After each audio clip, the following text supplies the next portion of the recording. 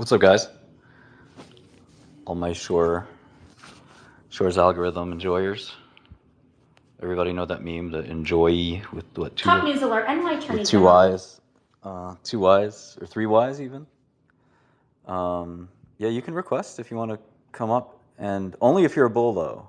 No, no bears allowed. Okay. No other questions about other stocks. I'll just cut you off. So you got to be a bull. Yeah, just request. I think I have the main bull here, Dominic. Welcome and pleasure to meet you. Before we get started, I just wanted to point out that I just try to keep the same energy as my debate opponent. I don't curse or scream or raise my voice. Whatever energy you have, I'll match it. Obviously, if you want to be more hostile, then I'll try to, sort of do whatever you do. But I don't think I certainly don't make enemies or yell at people for no reason. I always want to have a calm, rational discussion. But at least that's what I aim for. So I don't know if that sounds good to you. No, it's great because I do think that the dialogue between the quantum bulls and bears within the last couple of weeks, and I say this to both sides, right? I'm not just singling out one side, has descended a little bit into a lot of name calling, and it's just not a very productive conversation. And I'm a man of science. I like to stick to facts, try to keep emotions out of it, and hopefully this will be a productive discussion for both of us. Because also, I'm always open to changing my point of view. I'm obviously very bullish in the quantum sector in general, not just computing, but communications and sensing and computing. And I thought we'd have just a lively discussion, just to sort of just air out just a few things, because I know you've been obviously quite vocal about this, Martin, and so have I. I've been investing in quantum since 2013, so I've kind of been through multiple quantum winters, and I think this time is a little bit different, and I'm happy to share why. Awesome. Yeah, I echo everything you just said. As a stock investor or trader, my only goal is making money. I don't have any goal other than that. I am perfectly fine being embarrassed. I'm perfectly fine looking like a genius. But at the end of the day, the number one goal is making profit. And so if I have, for example, I'm not saying this specifically for quantum, but if I have something totally wrong on fundamentals for like a drug company or something, a person that helps me get out of my position is the best possible friend I could have, right? Like, there's no digging one's heels into. I think a lot of short sellers make this mistake, honestly. And we've seen it with Tesla and other companies where it's like they've convinced themselves that there is no possible way they can be bullish. And, that's just insanity. That's not investing. And, as an investor Yep. who's been around 25 years, I remember when D-Wave was founded. I just don't, have any tolerance for like blind allegiance to something. And so a lot of people probably are surprised to hear that because, I have conviction, but conviction is just something that can change. I mean, it can change with the wind. But obviously, we'll go through kind of the details shortly. Trying to see if there's any other preliminaries we can discuss. Yeah, I mean, I guess I can start by saying why, where, like some background on me and why, where, and how I got interested in this space, just like a brief preamble. So I started in hedge funds at 16. I was, not doing anything special. I was getting water for Jim Cramer. But I got to work in a couple of dot-com shorts. So I kind of learned how to short in 2000 with the market bubble and boom. I've been watching the market closely even before then. And then I worked at a Tiger Cub hedge fund where I kind of kept doing the same. I started my own fund. I started some drug companies that went public. I had an interest in quantum and especially simulation software throughout. I used a lot of simulation software for drug discovery and modeling. I even started a drug discovery startup. We closed that software just because it's a pretty hard space. It's a very small space. It's hard to sell into. But that's sort of a brief background. I have a degree in finance, but I am a programmer. You can check out my GitHub, and I try to dive. I guess my investment approach is to learn as much as I can about the very fundamentals of the science of whatever it is I'm looking at. Because I guess a lot of people use this term first principles these days, but the problem with thinking about first principles is you actually have to know the first principles. So I've been studying computer science, not programming, but the actual computer science that they teach, like Sipser and others, Aronson, the theoretical basis for some of this stuff, Mike and Ike. Those are the kinds of things I try to read, even though they're past my pay grade and I have to struggle with them. I feel like I get a little smarter when I read them, and I have to usually go back and read other things to even prepare to read those things. And while that's frustrating and annoying, I'd much rather go through that pain than just blindly be guessing in a sector. And so for biotech, for example, I spent 10 years learning chemistry and biology, and I think most people would tell you that I became an expert in drug discovery just by slowly but patiently learning medicine. And I don't know if I'll do the same thing with quantum. It's quantum physics is a lot harder than biology, but I think I understand the computing side relatively well. And that's just a brief background on me before we get into it. If you want to do the same, great. If not, we can just jump in. Sure. And the thing I always appreciated about you, Martin, is that you are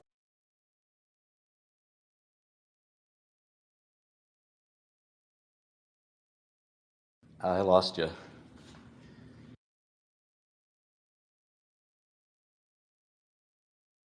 and after about like 6 months, I moved to the Valley and started companies and learned how to write software by myself. So like so I respect the fact that you're a self-taught programmer. In my experience, also like the best founders are usually self-taught. So a lot of respect there.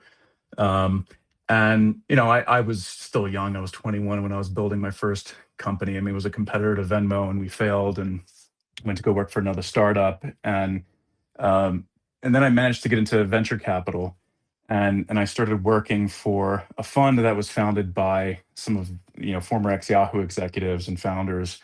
And one of the first deals that we actually did while I was there was in Rigetti. And so we wrote the first institutional check to Rigetti, and this was 2000. I think this was 2014. So it was quite a while ago, and like quantum then for me was just this like interesting footnote in a textbook that I had at university. And and so I worked pretty extensively with Chad and the rest of his team before he went on to raise a Series A, and he closed the Series A with then Andreessen and a few other funds in the Valley. But I remember like there was a slide we were working on for that Series A where it was like by 2018, we're going to have 1 million qubits, we're going to solve all the world's problems, and obviously that didn't happen. And the interesting thing is because I worked so closely with the team, like I also had a chance to understand a lot of like the engineering problems and the physics problems that they were working on. And I remember like the pitch with Rigetti then was, well, we're using these CMOS fabrication techniques with our chips, so if you do an apples to apples comparison, we'll be able to scale these chips as quickly as we're scaling Moore's law with just standard semiconductor chips. And obviously that didn't pan out because physics got in the way. So and I wanted to do more deals in quantum. I've had the chance to meet Jeremy O'Brien, the founder of PsiQuantum, and they were working on some interesting things. We ended up not actually investing in the company, but I wanted to do more deals, especially in the hardware space, because I was a believer, and found that actually most of the interesting quantum R&D at the time was happening in Europe. So I left the US in 2017, 2018, moved to Europe. I started my own venture fund, raised about 15 million bucks, and went on to try to invest in a couple of quantum hardware companies where I would learn from the mistakes that we saw at Rigetti, And one of those things that we were looking for was we wanted to invest in better qubits or higher quality qubits, and uh, ions or atomic architectures for that matter were very interesting to me. And then we stumbled upon Oxford Ionics in 2019. And at that point, they had the highest fidelity, highest coherence times of any other qubit architecture out there. And they were using standard CMOS fabs for the production of their chips, which was quite unique and differentiating from the rest of the ion trap community.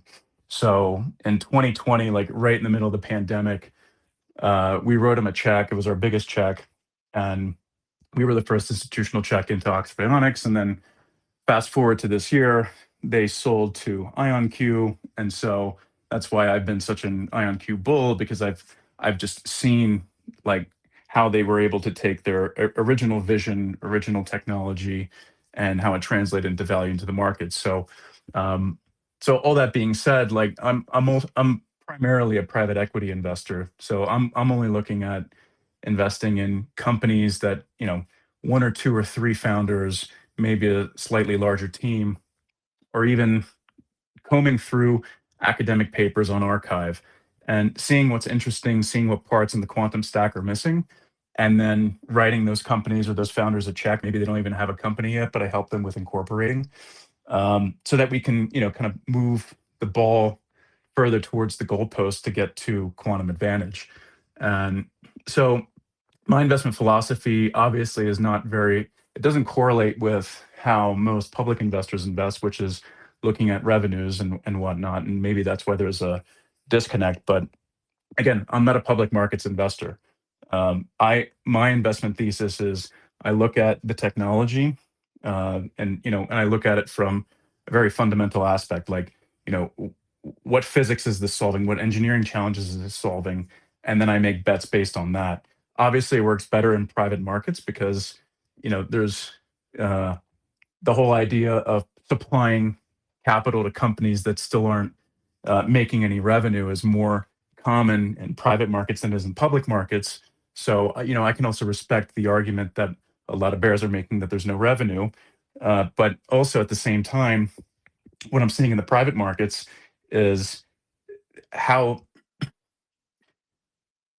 the technology in quantum is accelerating, has been accelerating for this last 2 or 3 years. And since I've been knee deep in the game since like 2014, the level of acceleration that I'm seeing now is something that I would say is analogous to when Chat GPT came on the scene and surprised everyone, right? And ultimately that's my thesis. So it's less revenue driven, more technology driven, and ultimately that's why I'm a big IonQ bull. Cool. Yeah, it was really great. Yeah, I agree with almost everything you said there. I will say, as a biotechnology, lifelong biotechnology guy, very, very used to no revenue. And as a startup guy, very used to starting up a company, incorporating it, finding pre-seed investors, raising. I think the first check into my software company that I manage now was $25,000 from a well-known founder. So I get I get that all of that. I guess one question that I had that kind of jumps out, and we should probably do something a little more structured, but to me, Oxford, big sale, huge win for you, huge win for the Oxford community, even is what I'm hearing. And, you know, to me, you know, even if I put my transplanted heads with you and I was the biggest quantum bull of all time, I don't see why you would keep your investment because the market cap of IonQ is substantially different from the exit price. And to me, if you're bullish on, when you wrote, a check, maybe it was 20 million pre-money, something like that. You're at 20 billion now.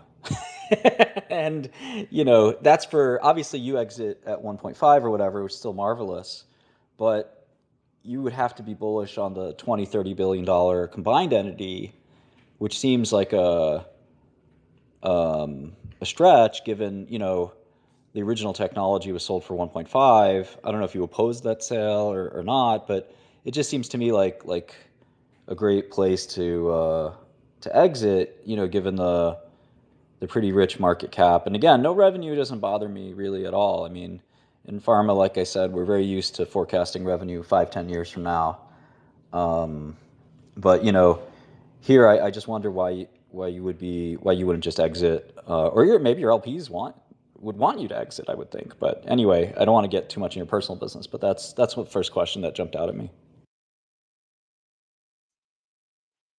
Yeah, well, I think the reason why, we're, at least I would personally want to hold on to the investment is because, um, you know, we've got another quantum hardware startup in our portfolio, and then, when we had committed all of our capital, I also uh, went back to being a founder and founded also a quantum software company called QDC, and I wanted to get more into the weeds of understanding like what our customers in the market looking for, and there's two things. So, well, number and first, let me also just preface this with like I have an insane appetite for risk, like probably more so than the average human. Um, so put me in the top 1 percentile of people that have a high tolerance for risk and stress. So definitely need to take that into account. Um, but in the last, what, 2 to 3 years, what I've seen in the market is just this increase in awareness, attention by a lot of ministries of defense, DoD, DIU, and not computing, but I would say more quantum technologies in general. Like more and more governments, public sector have become increasingly aware of the potential of this technology. And it's also like I made a tweet earlier today that this is like the equivalent of the Manhattan Project or the race to get to nuclear weapons, because whether it's sensing or communications or computing, like if you are the mm, if you're a nation state and you're the military and you have control of quantum technologies before anybody else does, like that gives you a decisive advantage in the battlefield.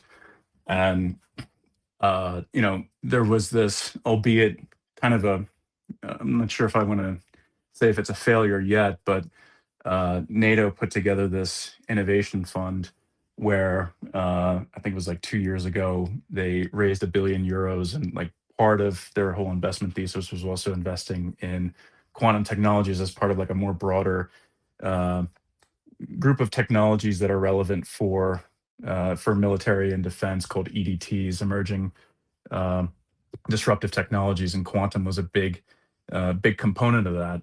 And I spend like probably around half of my time in Europe. I am Polish. Um, our LPs are Polish, and one of the things that a lot of let's see what I can say here. Well, I just mm, wanted to steer back a at little least bit, yeah, to the question, which is, the transaction happens.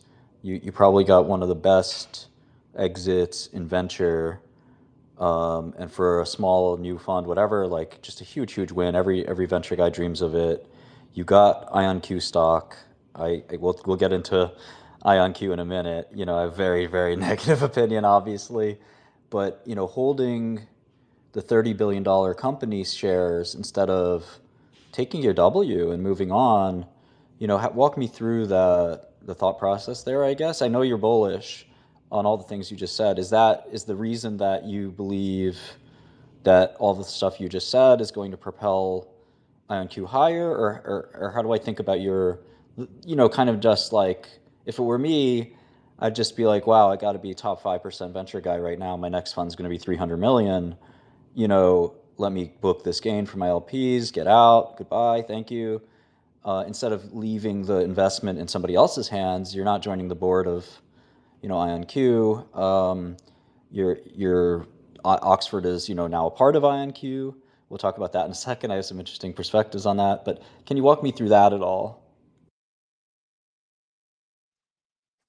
Yeah, sure. And I think also just to pause that, like we're exploring also, like, we want to obviously hedge the position, right? Like, we're not stupid. We don't want to lose more money. I mean, yeah, you're right. This was a great exit, but like, in at least in my opinion, with all the rumors right now that are floating around about the U.S. and the White House becoming more active in either taking direct positions in some of these companies, or ultimately they understand like that this is a threat. Like, China has invested $25 billion of its state capital into Okay. quantum, I and just want to, I mean, we could debate like, I talked to the White House last night. We can debate this bet. I just really wanted to fixate on the transaction.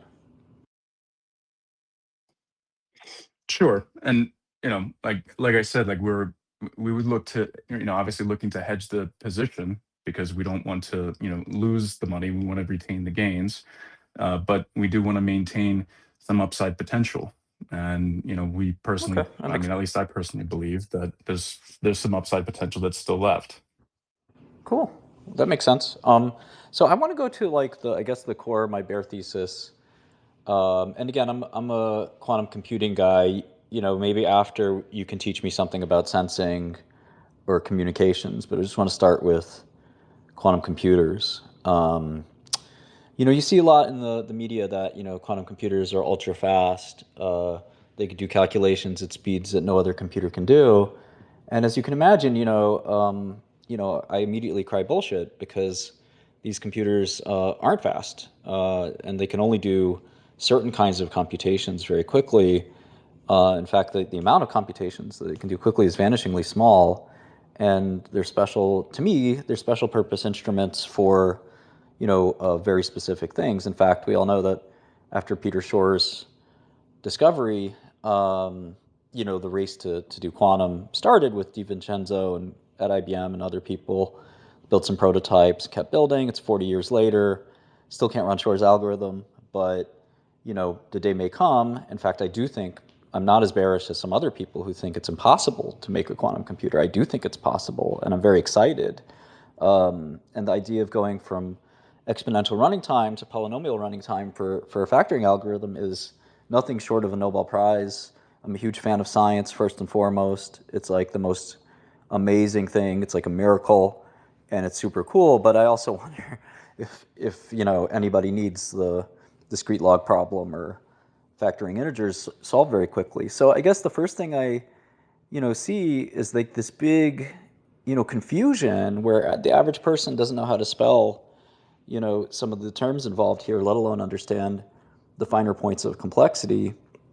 So do you think that this sort of like, and I'm asking a weighted question here, I don't mean to, but like, do you think this sort of like media kind of characterization of quantum is correct? And like, you know, we'll talk about algorithms outside of Shor's in a second, but just in terms of like the view of what a quantum computer can or can't do as of today, do you think it's fairly characterized, or do you think retail investors understand what these computers are capable of today? Because most of the people I talk to, when I ask them like, can a quantum computer um, sort a list faster than a classical computer, they say yes, of course it can.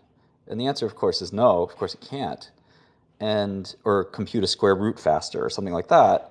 And we know there's no quantum advantage for those algorithms. It just doesn't exist. And then compared to the clock cycles and number of cores of an NVIDIA, it's hopeless. Not even the best envisioned quantum computer could do that. So I feel like if the average person knew what a quantum computer can do versus can't do, they probably would change their mind. But the futuristic, amazing sounding landscape of, oh, it's a quantum computer, that's a big word, that sounds like it's the next kind of computer, that sounds like something incredible and interesting.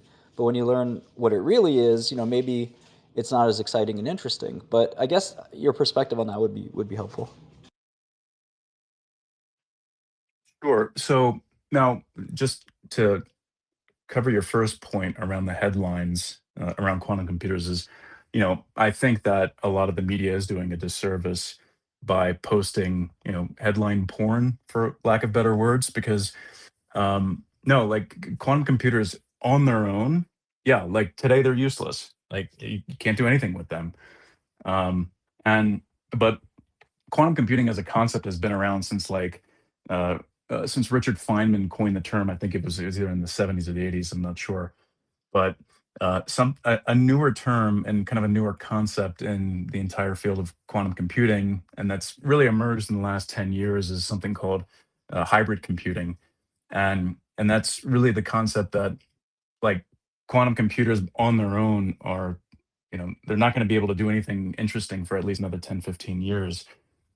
But QPUs are meant to be more of a coprocessor and kind of like a general workflow in high performance computing.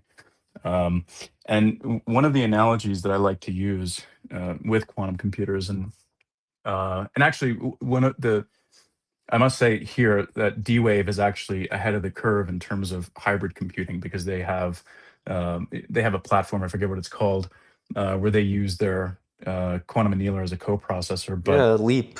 a way to I They won't let me use Leap. I've tried to give them money and they refuse. well, if you want, I mean, what my startup has developed is an algorithm, a Cubo algorithm that can be run classically on GPUs. But the whole concept of using this algorithm is so that it works in tandem with a quantum computer for solving optimization problems.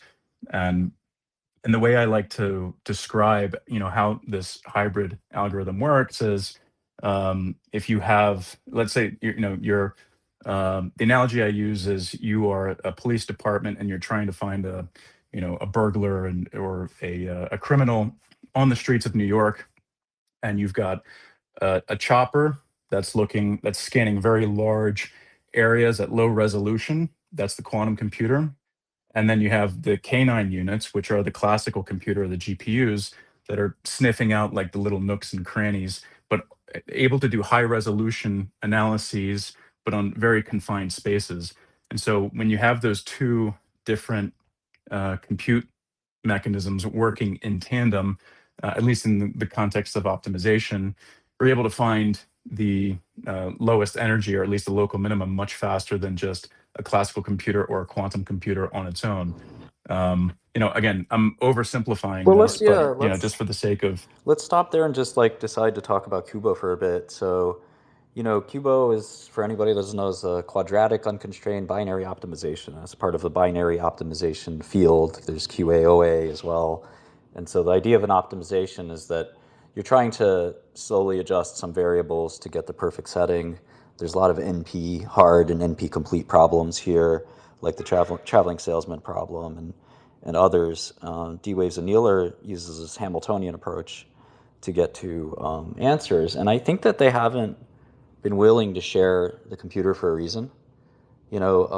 Most cloud systems that I'm a customer of are pretty excited to onboard people, and D-Wave requires you to interview with them before using their machine, whereas the other quantum guys like IonQ and Rigetti and even IBM just let you jump on and use it.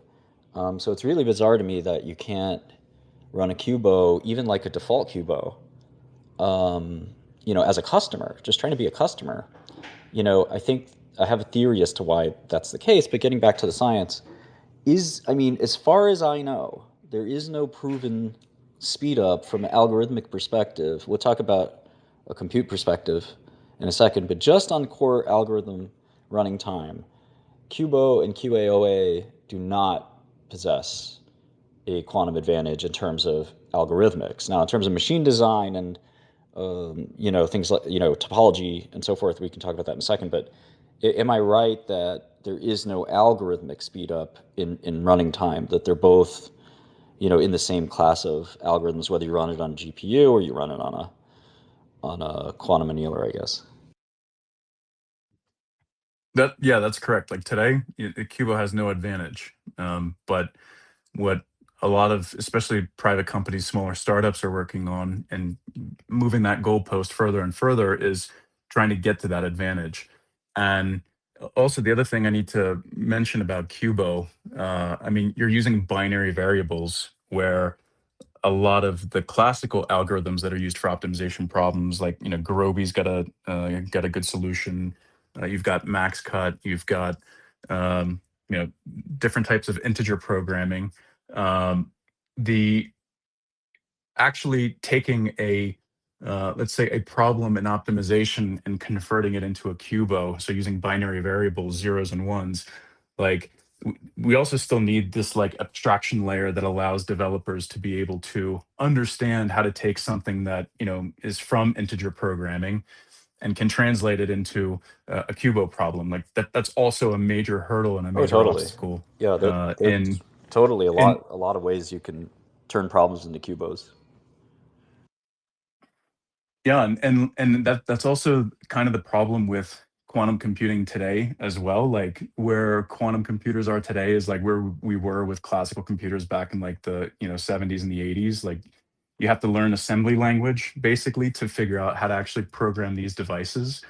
And there's a lot of startups like Classic and Horizon Computing that are working on these like IDEs for helping the average developer deploy algorithms onto a quantum computer. So a lot of work is being done like at that abstraction layer. And so it's also why like I continue to be bullish about the ecosystem as a whole, is because there's a lot of incredibly smart people that are working on these like obscure layers to like the average public investor, like some of these IDEs that just allow the user to abstract away a lot of the complexity that quantum computers still have. And these companies are raising tons of money in private investment. So it's we're only going to continue to push the envelope further as far as algorithm development is concerned. Okay, but just Now, I do want to touch on. Yeah, go ahead. well, I just wanted to focus on optimization a bit. So, I guess, and I have this interesting D-wave theory I want to run by you, but without an algorithmic advantage, like is embedded in Shors or Grovers, it, it seems, and again, this is kind of me challenging, but also asking. It would seem to me difficult for example, an annealer to actually solve anything any faster than a Garobi or whatnot. In fact, I want to run that experiment. It doesn't seem like it would be hard to run, but D-Wave won't let me. I've even sent spies, if you will, to try to establish accounts with D-Wave. People from big companies and so forth, and they always stop short and want to interview the person and want to kind of get to know them before they'll give access. And again, to me, like I'd give access to anybody willing to write a check because it's revenue and the company needs revenue.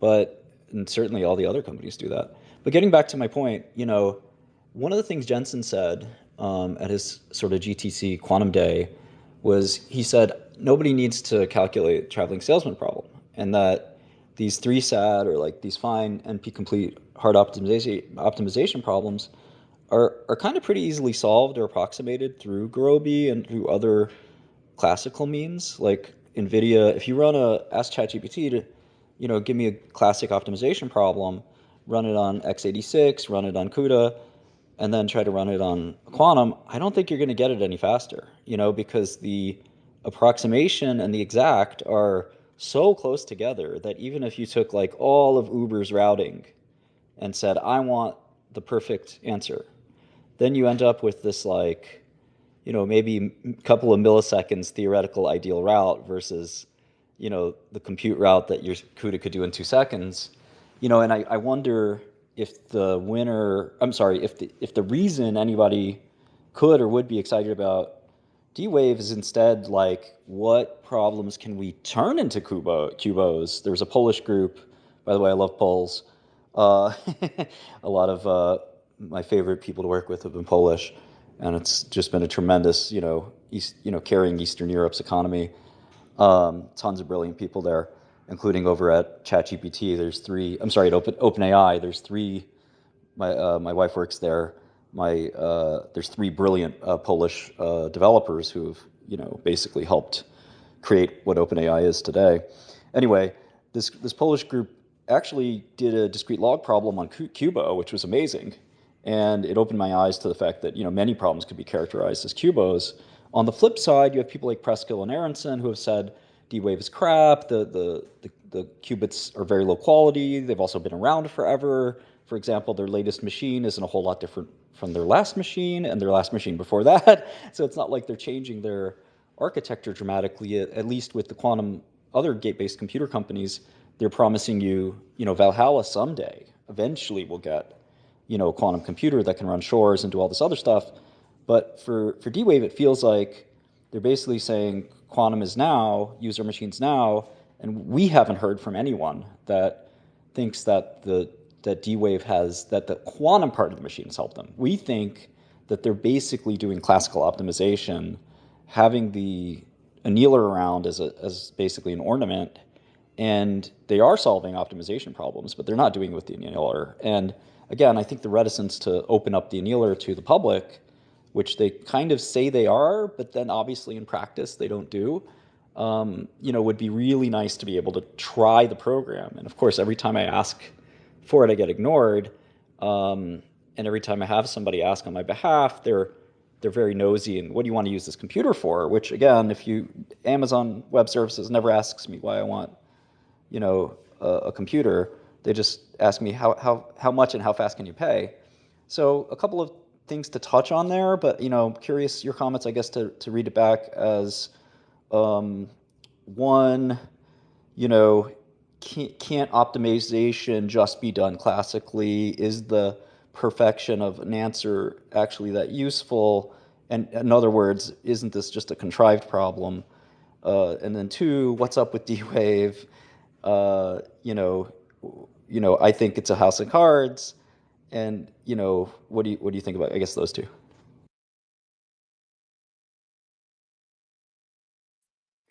Yeah, so I kind of took some notes down because there's a lot of points I want to cover here with you. So uh, just to number one, address like D-Wave not giving access. So we had received a small check from this like quantum accelerator in Basel, and they had a pre-existing relationship with D-Wave, and my team wanted to run some experiments on the D-Wave machine along with our classical algorithm, and and we were able to get access no problem. So uh, maybe just like I do know that we also needed to provide them like what kind of experiments were we trying to run on the device. So I think maybe if you can clarify that with D-Wave, they'd be a I little mean, less reluctant to provide access. isn't this computer science, where we can publish, we can post code on GitHub, we can give people recipes and say, hey, this is the result I got, run this code and this is what you'll get. And I think if you look at archive, I mean, there's so many papers out there that claim that the annealer doesn't help you. And of course, there are a few that claim it does. And I think like being able to replicate somebody's work is literally the definition of science. And it's just it strikes me as a very bizarre thing to like, oh no, I need to check what you're going to do with my computer. I can't let you, do something I don't want you to do with it. And it's, God forbid you run this program, it's going to make me look bad. That kind of attitude to me is like, just let people try it. And it's not like you're suffering for revenue or capacity. You have almost no revenue. So, to me, I think they're more afraid that running an optimization problem against the GPU will show that they're no different. And again, Aronson and most people say any old laptop can beat D-Wave. And so I don't see why they wouldn't just put it to the challenge. And again, their lack of revenue is kind of telling. So I don't know. That's my 2 cents. But I hear you loud and clear that that is what they ask me. I can confirm that that is, kind of what they want to know. What are you going to do with it? And it's like, well, what do you think I'm going to do with it? I'm going to do a Cuba like everybody else, right? Whatever it is you're advertising, that's your value proposition. I want to try it myself and see if I can do it. And in the end, I think the reason they also say that they do this is because they want to sell you consulting services where they do it for you. And again, that opacity, I think, has led to like a lot of people experimenting with the machine through with the handheld by D-Wave, but not actually signing contracts that are meaningful or in production or that you actually use the benefit of the annealer. Anyway, I'm talking more than you, so let me give you the floor. No worries. No, I mean, that's, I mean, I think it's a fair speculation. Like, again, I don't work for D-Wave. I don't know what's going on internally at D-Wave, but I do know that there was some sort of a process. And we were using their device also to like run a lot of benchmarks against our classical algorithm. And, we were able to do it. We were able to publish some results. And, but just to also touch on like, what a lot of papers out there saying that yeah, D-Wave is there's no clear advantage to using a D-Wave versus classical optimization algorithm. Um, Yet today, sure, that's true, but I wish I had this like I have a chart that I usually like to show people, and uh, it's got a I don't have a video here, but it's the x-axis is time, and then y-axis is the compute potential, and you have the curve that moves up linearly for classical computing, and then you've got this exponential curve that's quantum computing. And right now quantum computing is still below where it's still below that classical curve, that linear curve. But then, and this is something that I always used in a lot of my decks when I was pitching to either investors or potential customers, is like, hey, that inflection point is at some point in the future. We're not really sure where it is. But listen, like programming a quantum computer right now is not trivial. And if you want your enterprise to stay competitive, then you need to figure out how to use these things. Now, granted, these things are today they're useless, but we need to figure out like what's your problem set? Like how do we integrate into all of your data silos? One group of customers that we were looking at back in the day was, and this also touches on your original question of like, no one needs to solve these traveling salesman problems today. But there are actually a lot of use cases that we were looking at where this was interesting, and one of those was in the airline industry. And it was it's kind of a stupid problem in airlines, but it's something that I'm sure everybody here has encountered, and that's what happens if you miss your connecting flight or your flight gets canceled. Like, why is it that the airline just doesn't rebook you automatically? Like, there's some algorithm in the background that just works to put you on another flight so that you get to your destination quickly. And that's because the access to data, but B, also the amount of data. Trying to solve that classically today is an NP hard problem. And in order to solve that problem, we could use quantum computers or annealers to try and figure out, well, can we get to a solution to this problem in a very limited amount of time? Now, maybe you could solve this problem over the course of 1 or 2 or 3 days, but for somebody like an airline, like they need to be able to figure out how to put you on another flight like within minutes. And right now, that's an impossible problem to solve. And there is a lot I of don't know. there's I don't know if I agree with that, and I'm not going to argue it here, but what I do is give a supplemental challenge where I'll write like a kubo for that, and we can kind of see how long it does take a GPU to do that. Does that sound fair? no, and a Cuba won't be able to solve that faster than, let's say, just doing standard integer programming. But You the could. pitch I mean, always to what's the enterprise.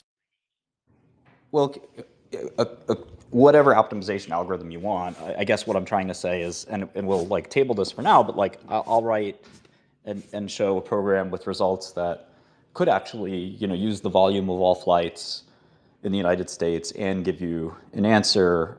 That's my claim. In a fast period of time, and then you can review the code and see if you agree or disagree. I could be wrong, by the way, so it's like an open challenge.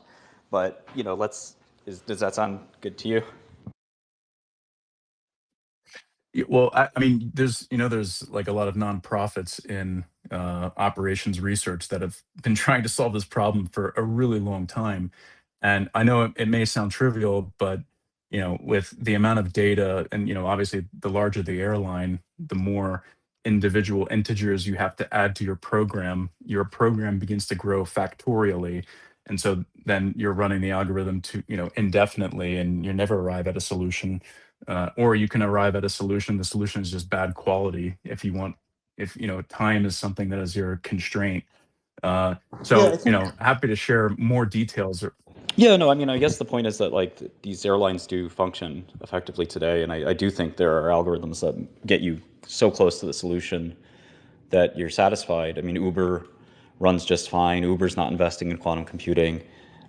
But I'll show you. I mean, I'll write some programs for you, and we can debate afterwards. Again, not don't want to get belabored, but I really don't think For sure. optimization is some massive missing thing. Do you want to talk about gate based? Yeah, absolutely. Okay, so gate based is the nirvana, right? This is generally programmable quantum computer, Toffoli gates, Hadamard gates, real superposition, real entanglement, exploiting these to the fullest that physics knows to make computations. And, Shor's algorithm in particular, amazing feat. I guess we should start there and then we can go to non-Shors. But just on Shors, I guess two or three questions for you, and then I'll give two or three kind of like my viewpoints. The first question revolves around who wants Shores, and my general answer to that is not as many as we might think. That defense is not that excited about it, and I'll let you respond to that. I know there's a potent counter argument to that, but we can go back and forth on that. The second is when will Shores show up? It's really unclear to me. I think this is the biggest question mark in all of quantum. And I could see anything from 5 years, which is kind of wild, to more like 30 years, which I think it's sort of somewhere in the middle. It's probably right then in the middle, quite frankly. It sort of depends on like you said earlier, quantum winners and things like that. And will this rally cause a quantum winner if we don't see quantum delivery? So those are kind of the two main questions around Shores, right? Is like when and why. Yeah, Shore's, I mean, just for everybody's benefit, it's like one of the OG algorithms. So I think it was 1994. Peter Shor published a paper that, and I think we're up to, I think it's 10 million like fault tolerant qubits in order to crack RSA. Yeah, obviously we're nowhere close to 10 million fault tolerant qubits, and by fault tolerant I mean you've got gate fidelities that are 10 to the minus eighth, 10 to the minus ninth, right? Like we're at 99.99% gate fidelities. Um, so Shores is like, I want to put Shores kind of in a separate bucket because that's really like, uh, Okay, that's the, I get how do I put this? I, Uh, I get it.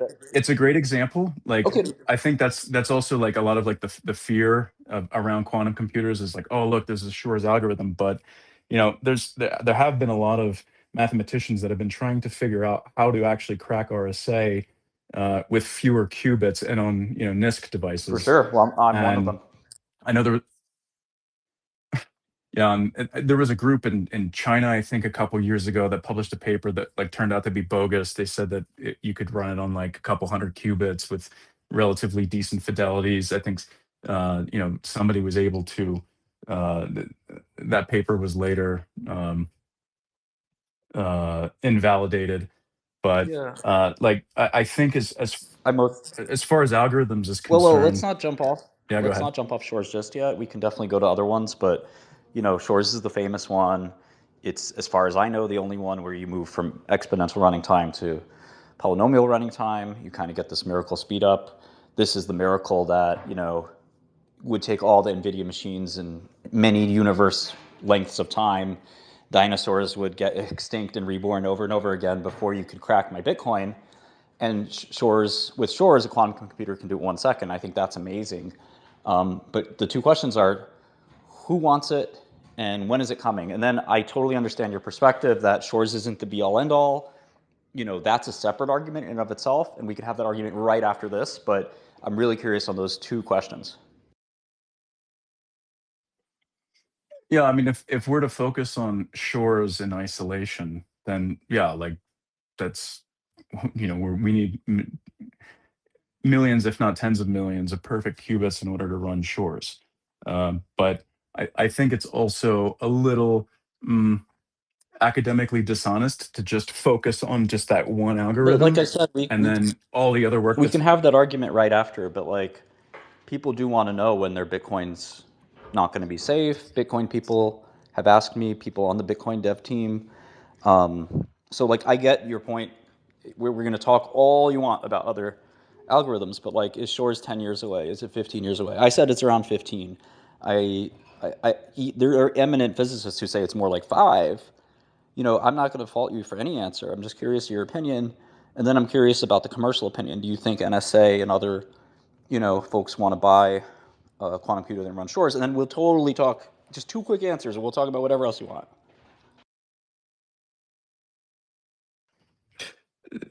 sorry, could you reframe the question again? Because I want to make sure Yeah. that I answer you. No problem.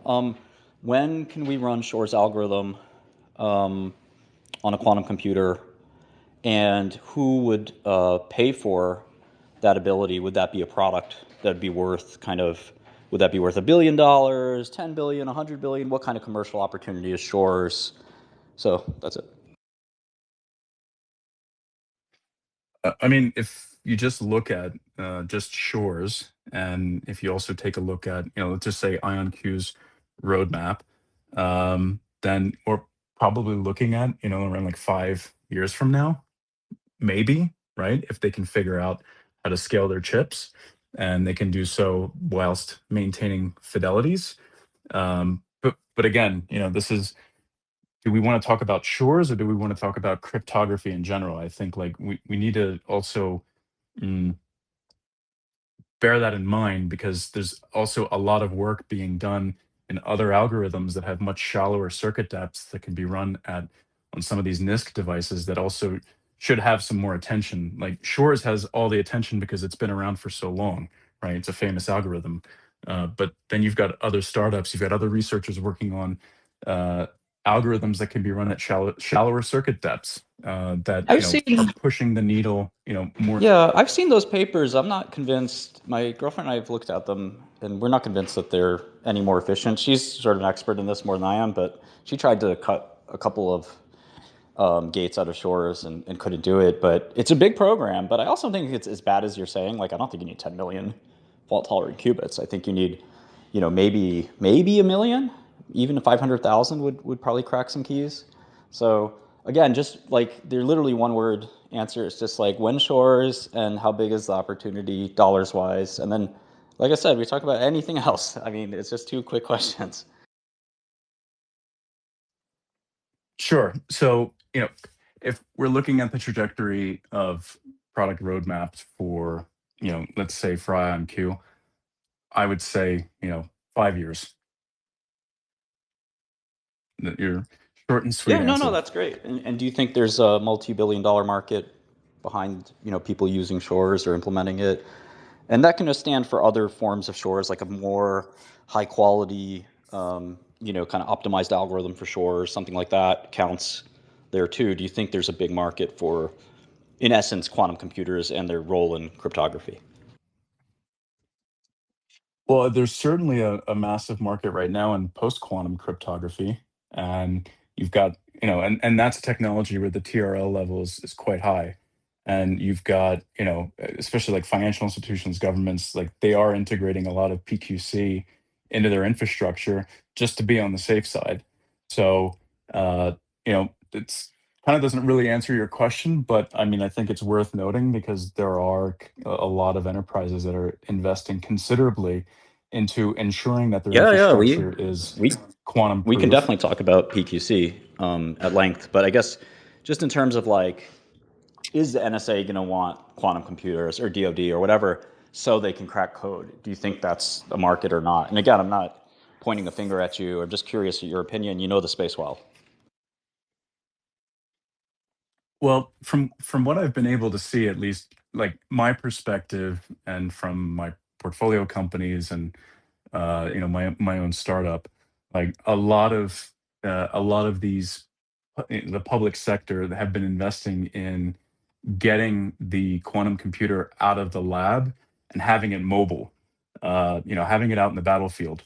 What does that mean? I have no idea. I don't have a security clearance. I have no idea why they want to do that. But I know, like, for example, Oxford Ionics, last year they closed a deal with the German military for having a quantum computer be mobile, right?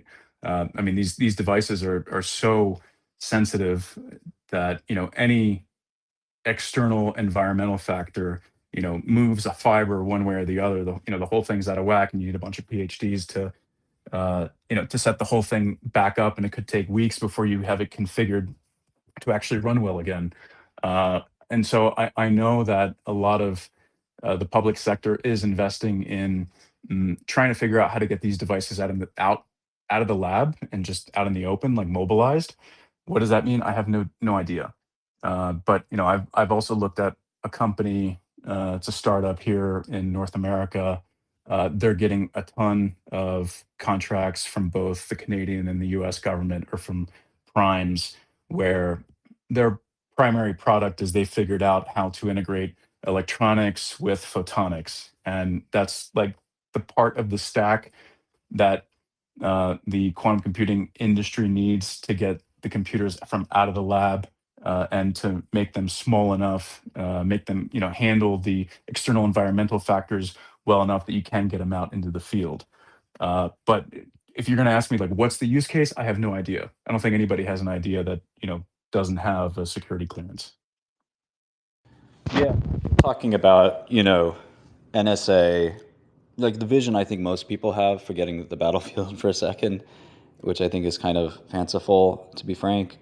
I think the idea that NSA wants to spend $2 billion to have a quantum computer in wherever they are, Langley or McLean or whatever, and they have a host of encrypted stuff they want to decrypt, and they can't wait for a million qubit computer. It's really exciting to them. Once they have that, they're going to decrypt all these Chinese things and all these other kinds of secrets, and that's kind of the market for some of this. For a quantum computer, forget sensing, forget communication for a second, just plain old QC, the thing it was born to do. In terms of Shor's, that marketplace of kind of selling to intelligence agencies.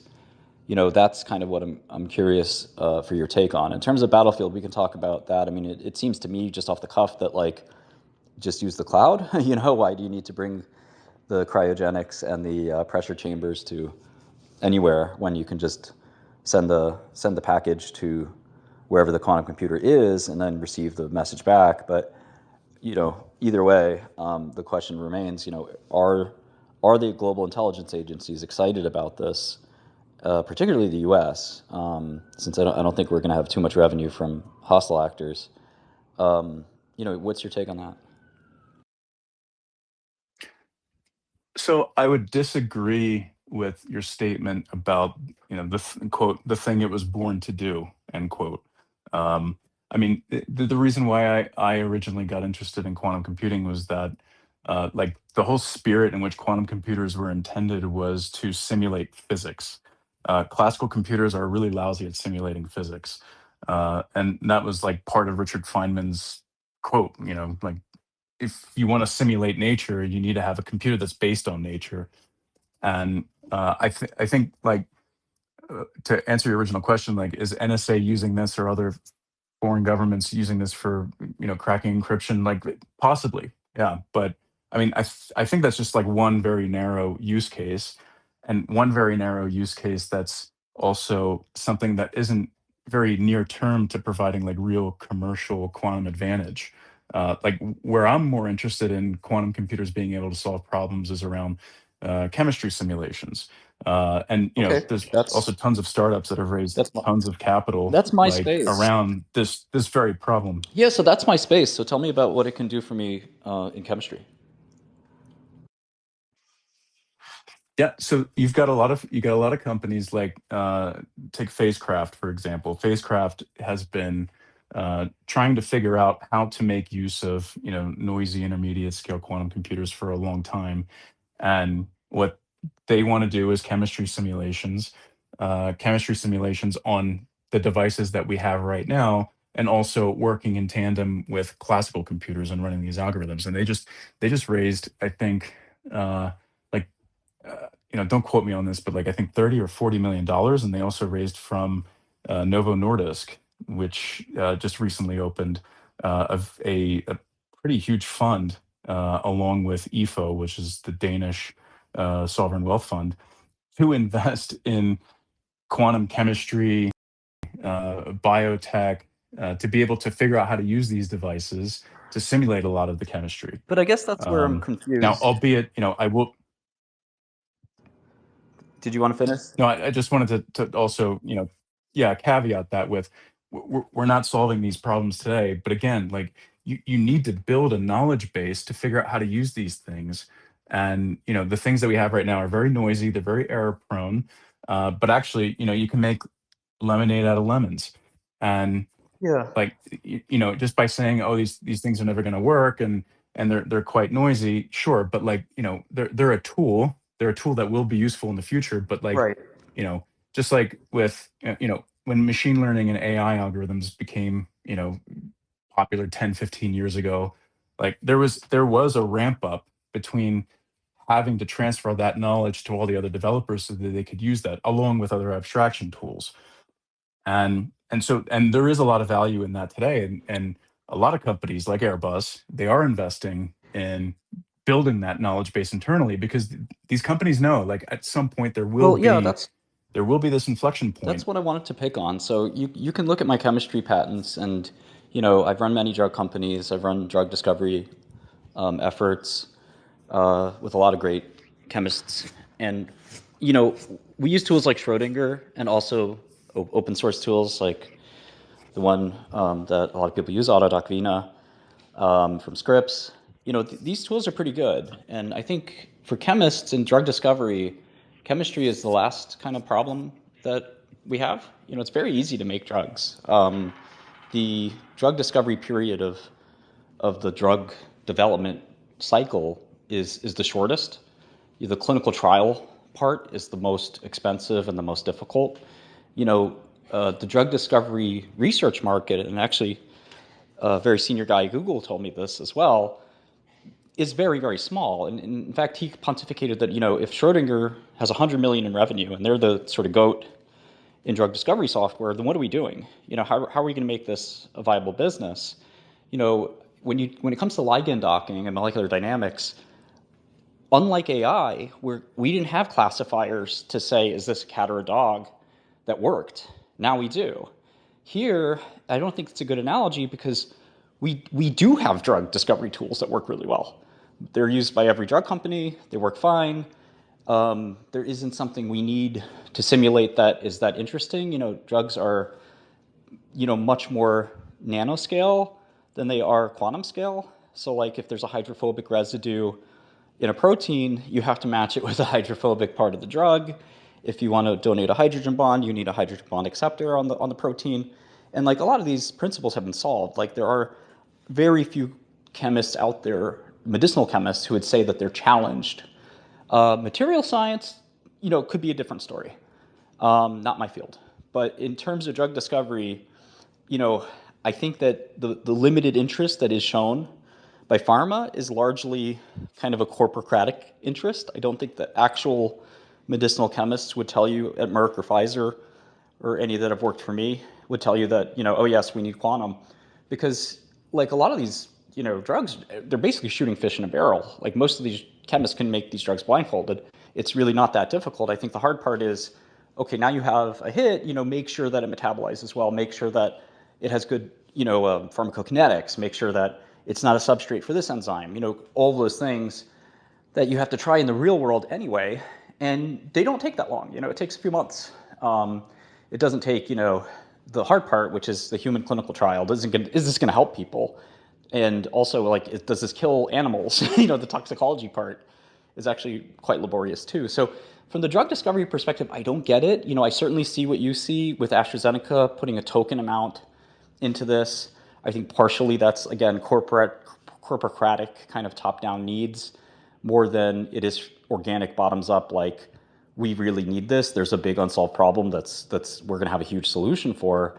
because chemistry is, like I said, I think it's a solved problem, and so much of quantum trying to address things or solve problems, I'd say, other than integer factorization, where we have no solution for a 256-bit, prime or biprime, but we do have solutions for optimization. We do have solutions for chemistry. I have a friend at SpaceX that said he doesn't see a reason why, quantum would help him with material science.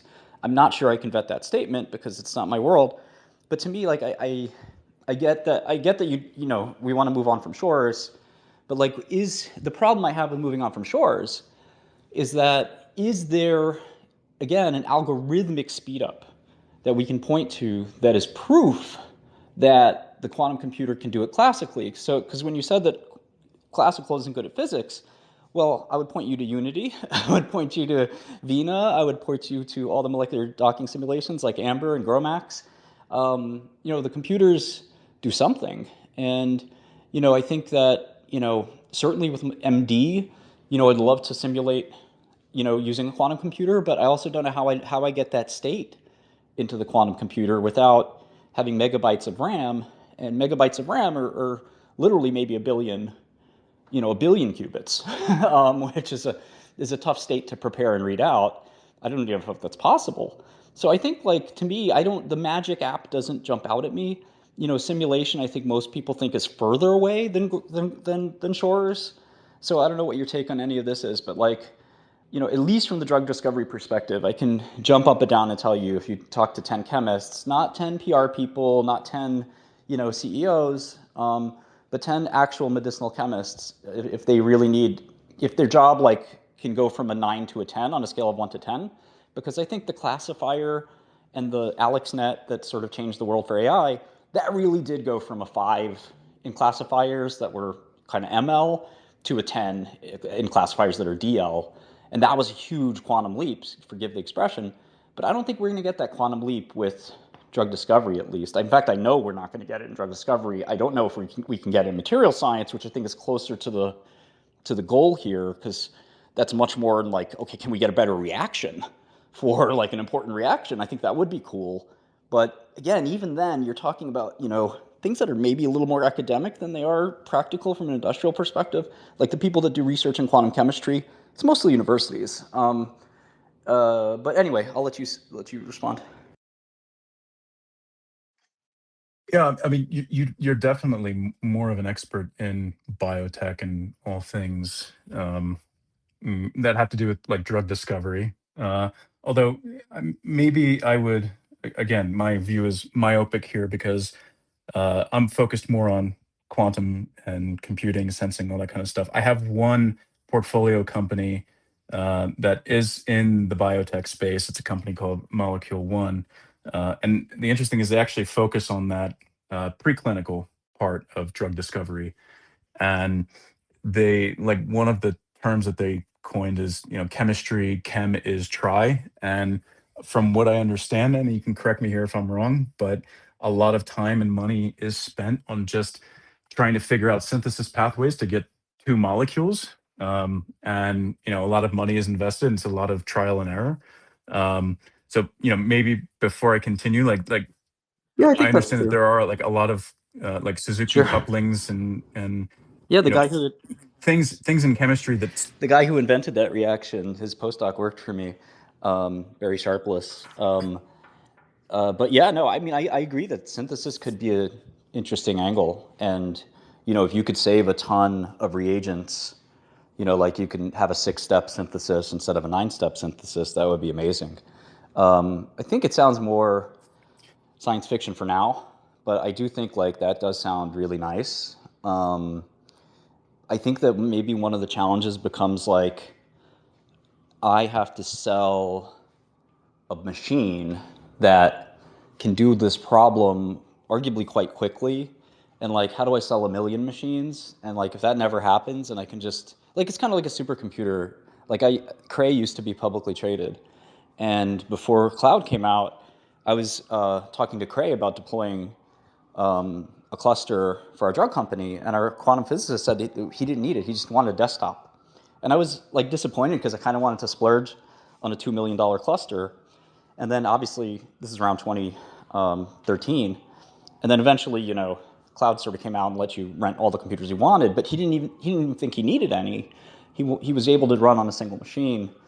So to me, like this is obviously a little bit different, where maybe does the world need 5 quantum computers or 5 million? If I want to figure out how to make a drug a little bit better, that is a valuable application. There's no doubt. I don't think ligand docking is the win, but to your point, drug discovery is bigger than just ligand docking. Can you get a reaction down from 5 steps to 2 steps or whatever? I do think that's a big deal. We don't know yet if it'll be able to solve that. That's kind of speculative. Um, I could see it happen, but I think it's still like, is the value of that, like I imagine like IBM's quantum cloud, which I'm a customer of, like running that program on IBM's quantum cloud maybe cost me $1,000. So like, how many drug companies are going to run that program, and kind of, you know, how's that going to make IBM a ton of money or any other company? It feels like it's not enough. Like NVIDIA, certainly, computer games were a big thing. Everyone plays computer games. And then once, the deep learning stuff came around, you can use deep learning for just about anything. This is a very narrow scope of like molecular interactions. At the same time, you could say, well, physics is all around us. We need to manufacture all kinds of things better.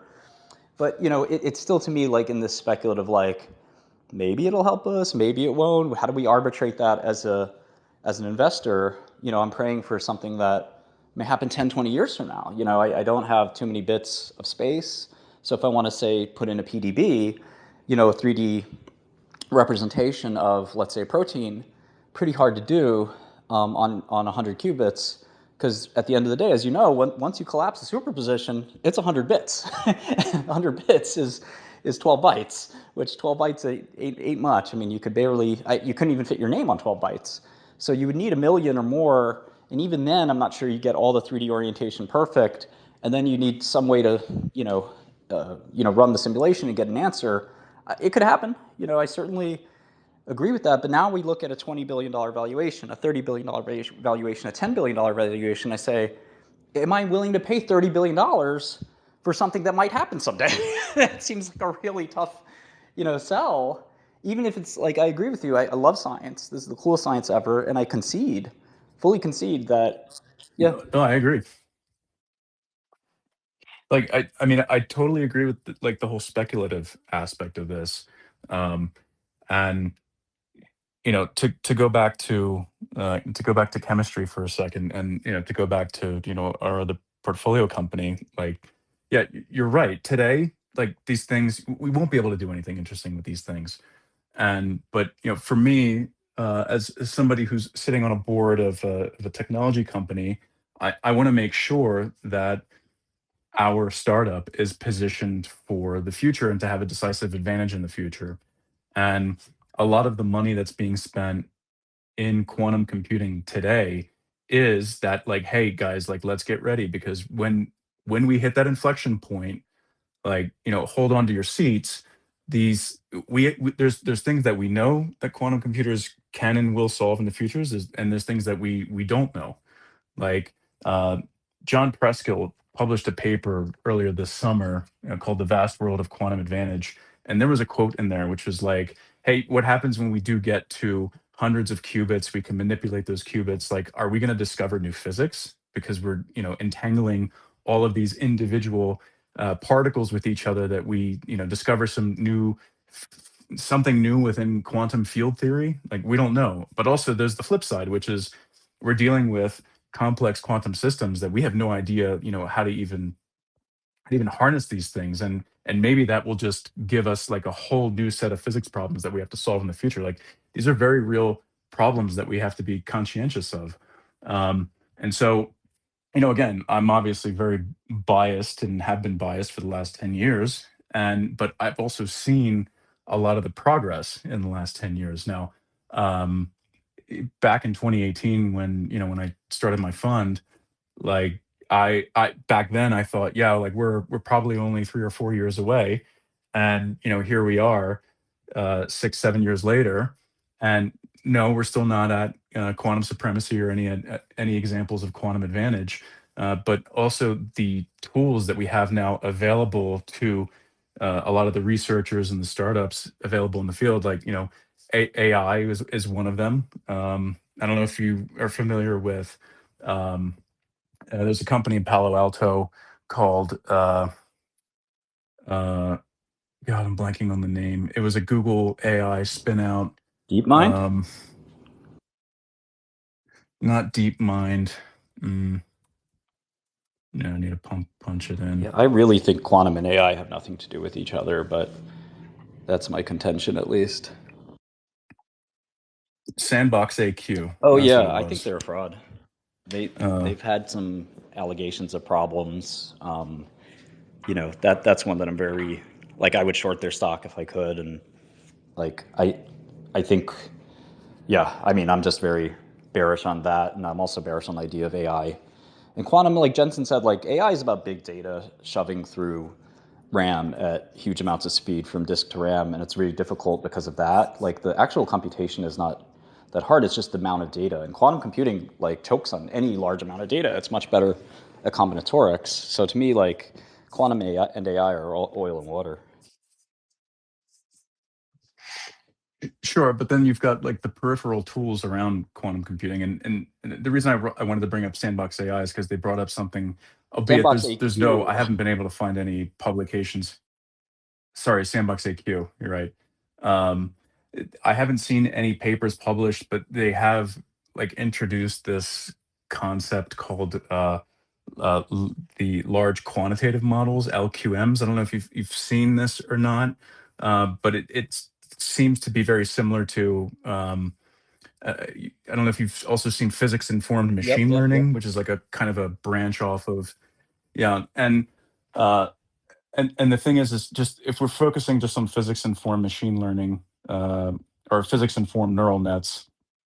So just for the rest of the audience, what these are is they're neural nets where you kind of teach them the laws of physics, and you can use much less data to make predictions about something, right? So the double pendulum is like a famous use case where they figure out how to balance a double pendulum on a robot, and they use physics informed neural nets for that.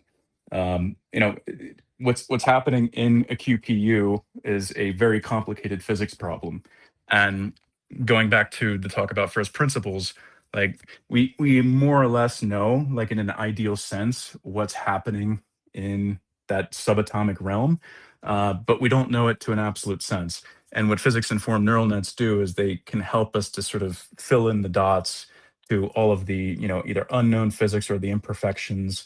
I don't know if you remember from your physics classes at university, you were always dealing with like ideal setups, right? Like, frictionless plane, or there's no or sorry, drag coefficient, when you're moving something through space, like physics informed neural nets like can help solve a lot of those problems. So the thing is my point I'm trying to make is a lot of the physicists and the researchers that are working on these computing platforms today, they have access to these tools, whereas 10 years ago, we didn't have access to these tools.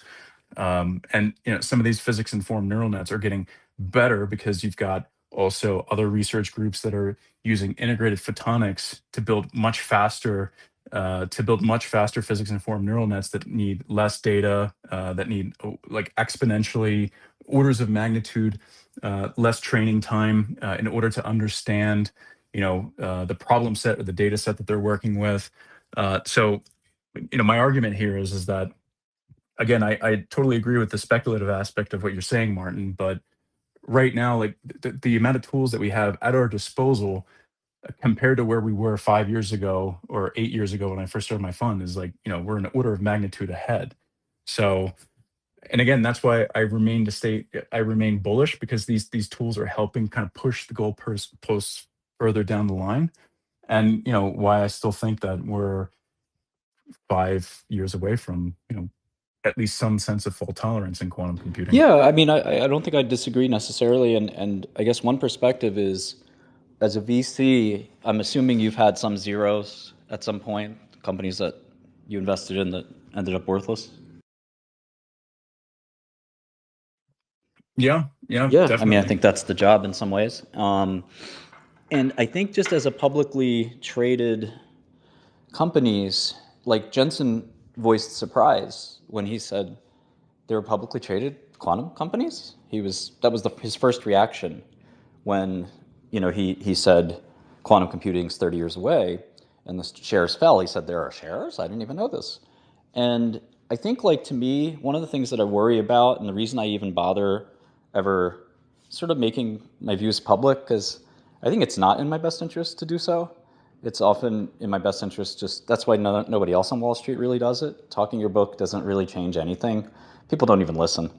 But I feel bad because you have these publicly traded companies that, as you may remember, these guys couldn't get private funding, right? D-Wave, Rigetti, all these guys needed to SPAC because after down rounds and recaps, like, there's nothing left. Otherwise, they'd stay private, like PsiQuantum, or obviously Quantinuum is sort of a spin out, but them, Sandbox, say what you will, they have Eric Schmidt.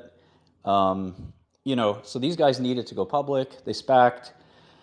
Their stocks went up a lot because of Willow, and nothing's really changed at Rigetti from when it was $1 to now at $40. And I feel like I have a duty to tell people, like, these could be zeros. These could all be worthless, and it could be somebody else that wins the quantum race, and the quantum race reward could be a lot smaller than you're thinking. And as an investor, my job and your job are slightly different. My job is to sort of look at, I think there's the same in a lot of ways.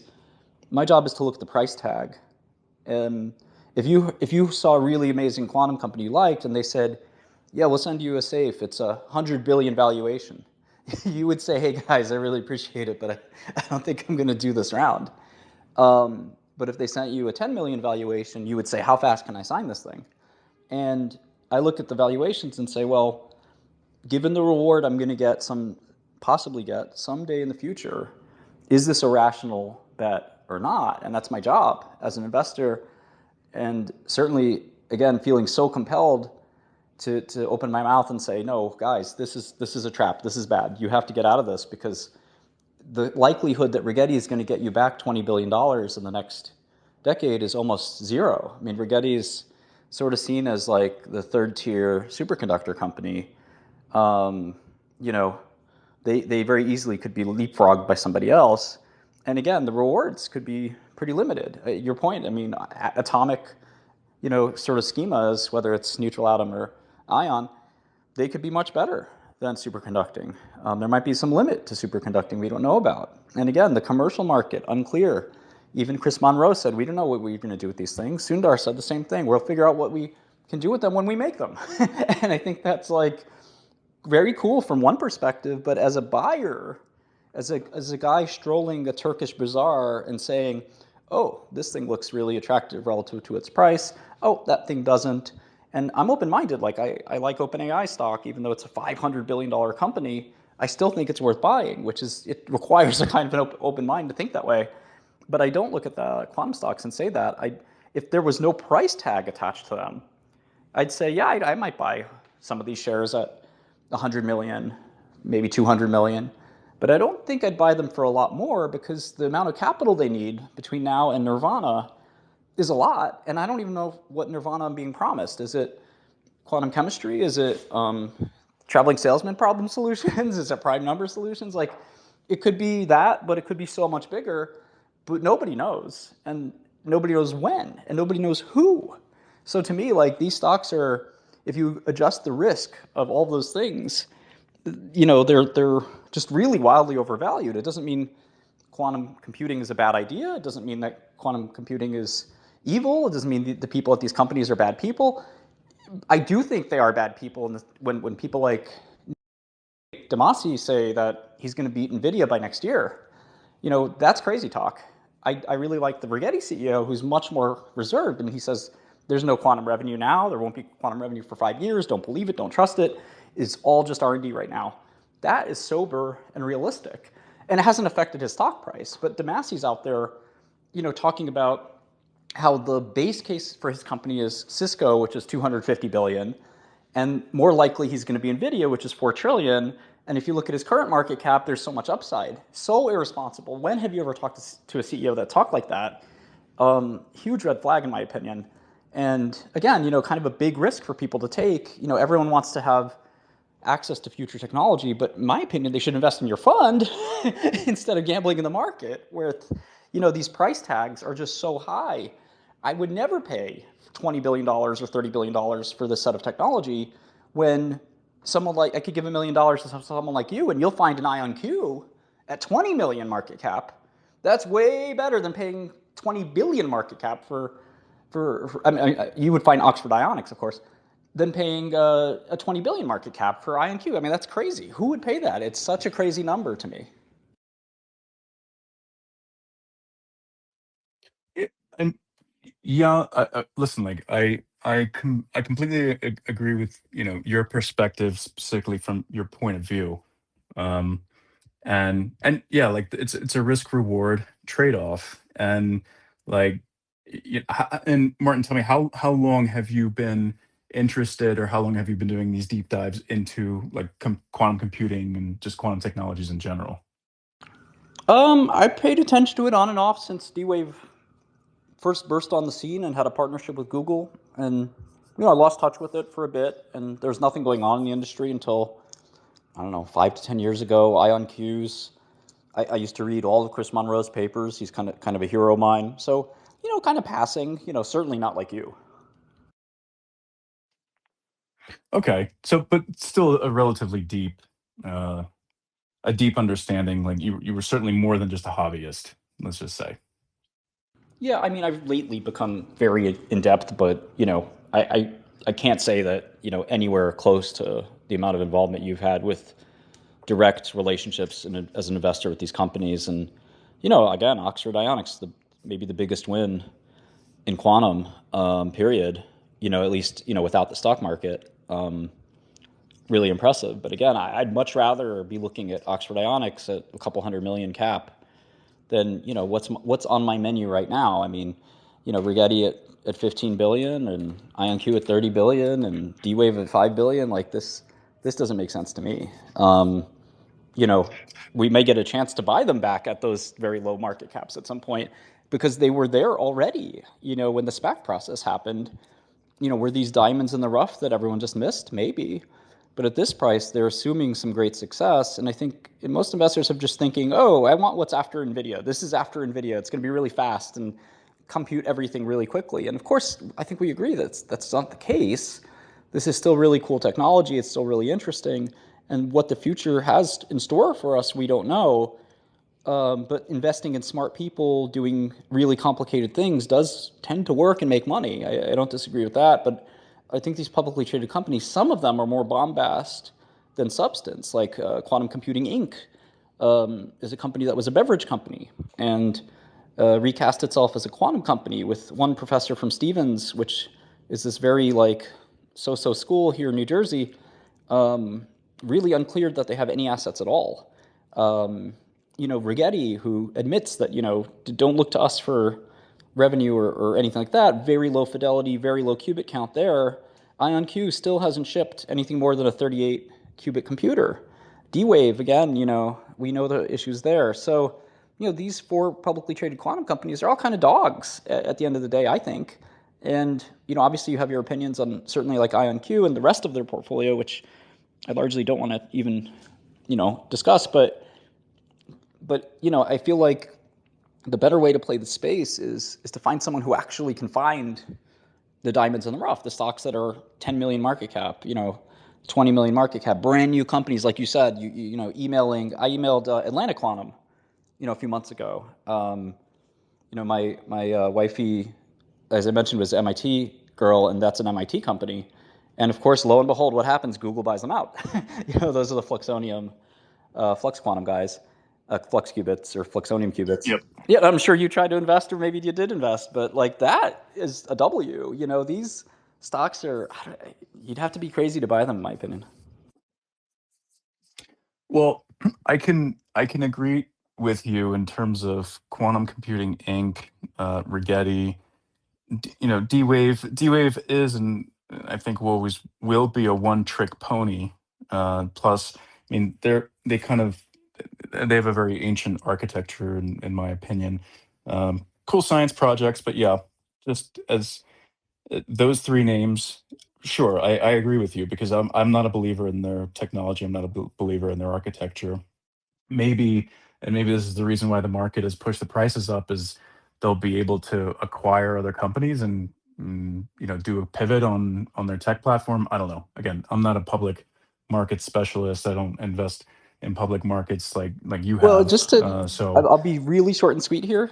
The market is not distinguishing between any of these stocks. So, like, I'm humoring all of it by actually looking into the fundamentals. But like, there's companies like Quantum Corp, which makes tape drives, whose stock has gone up. There's, uh, I think it's called Quantum.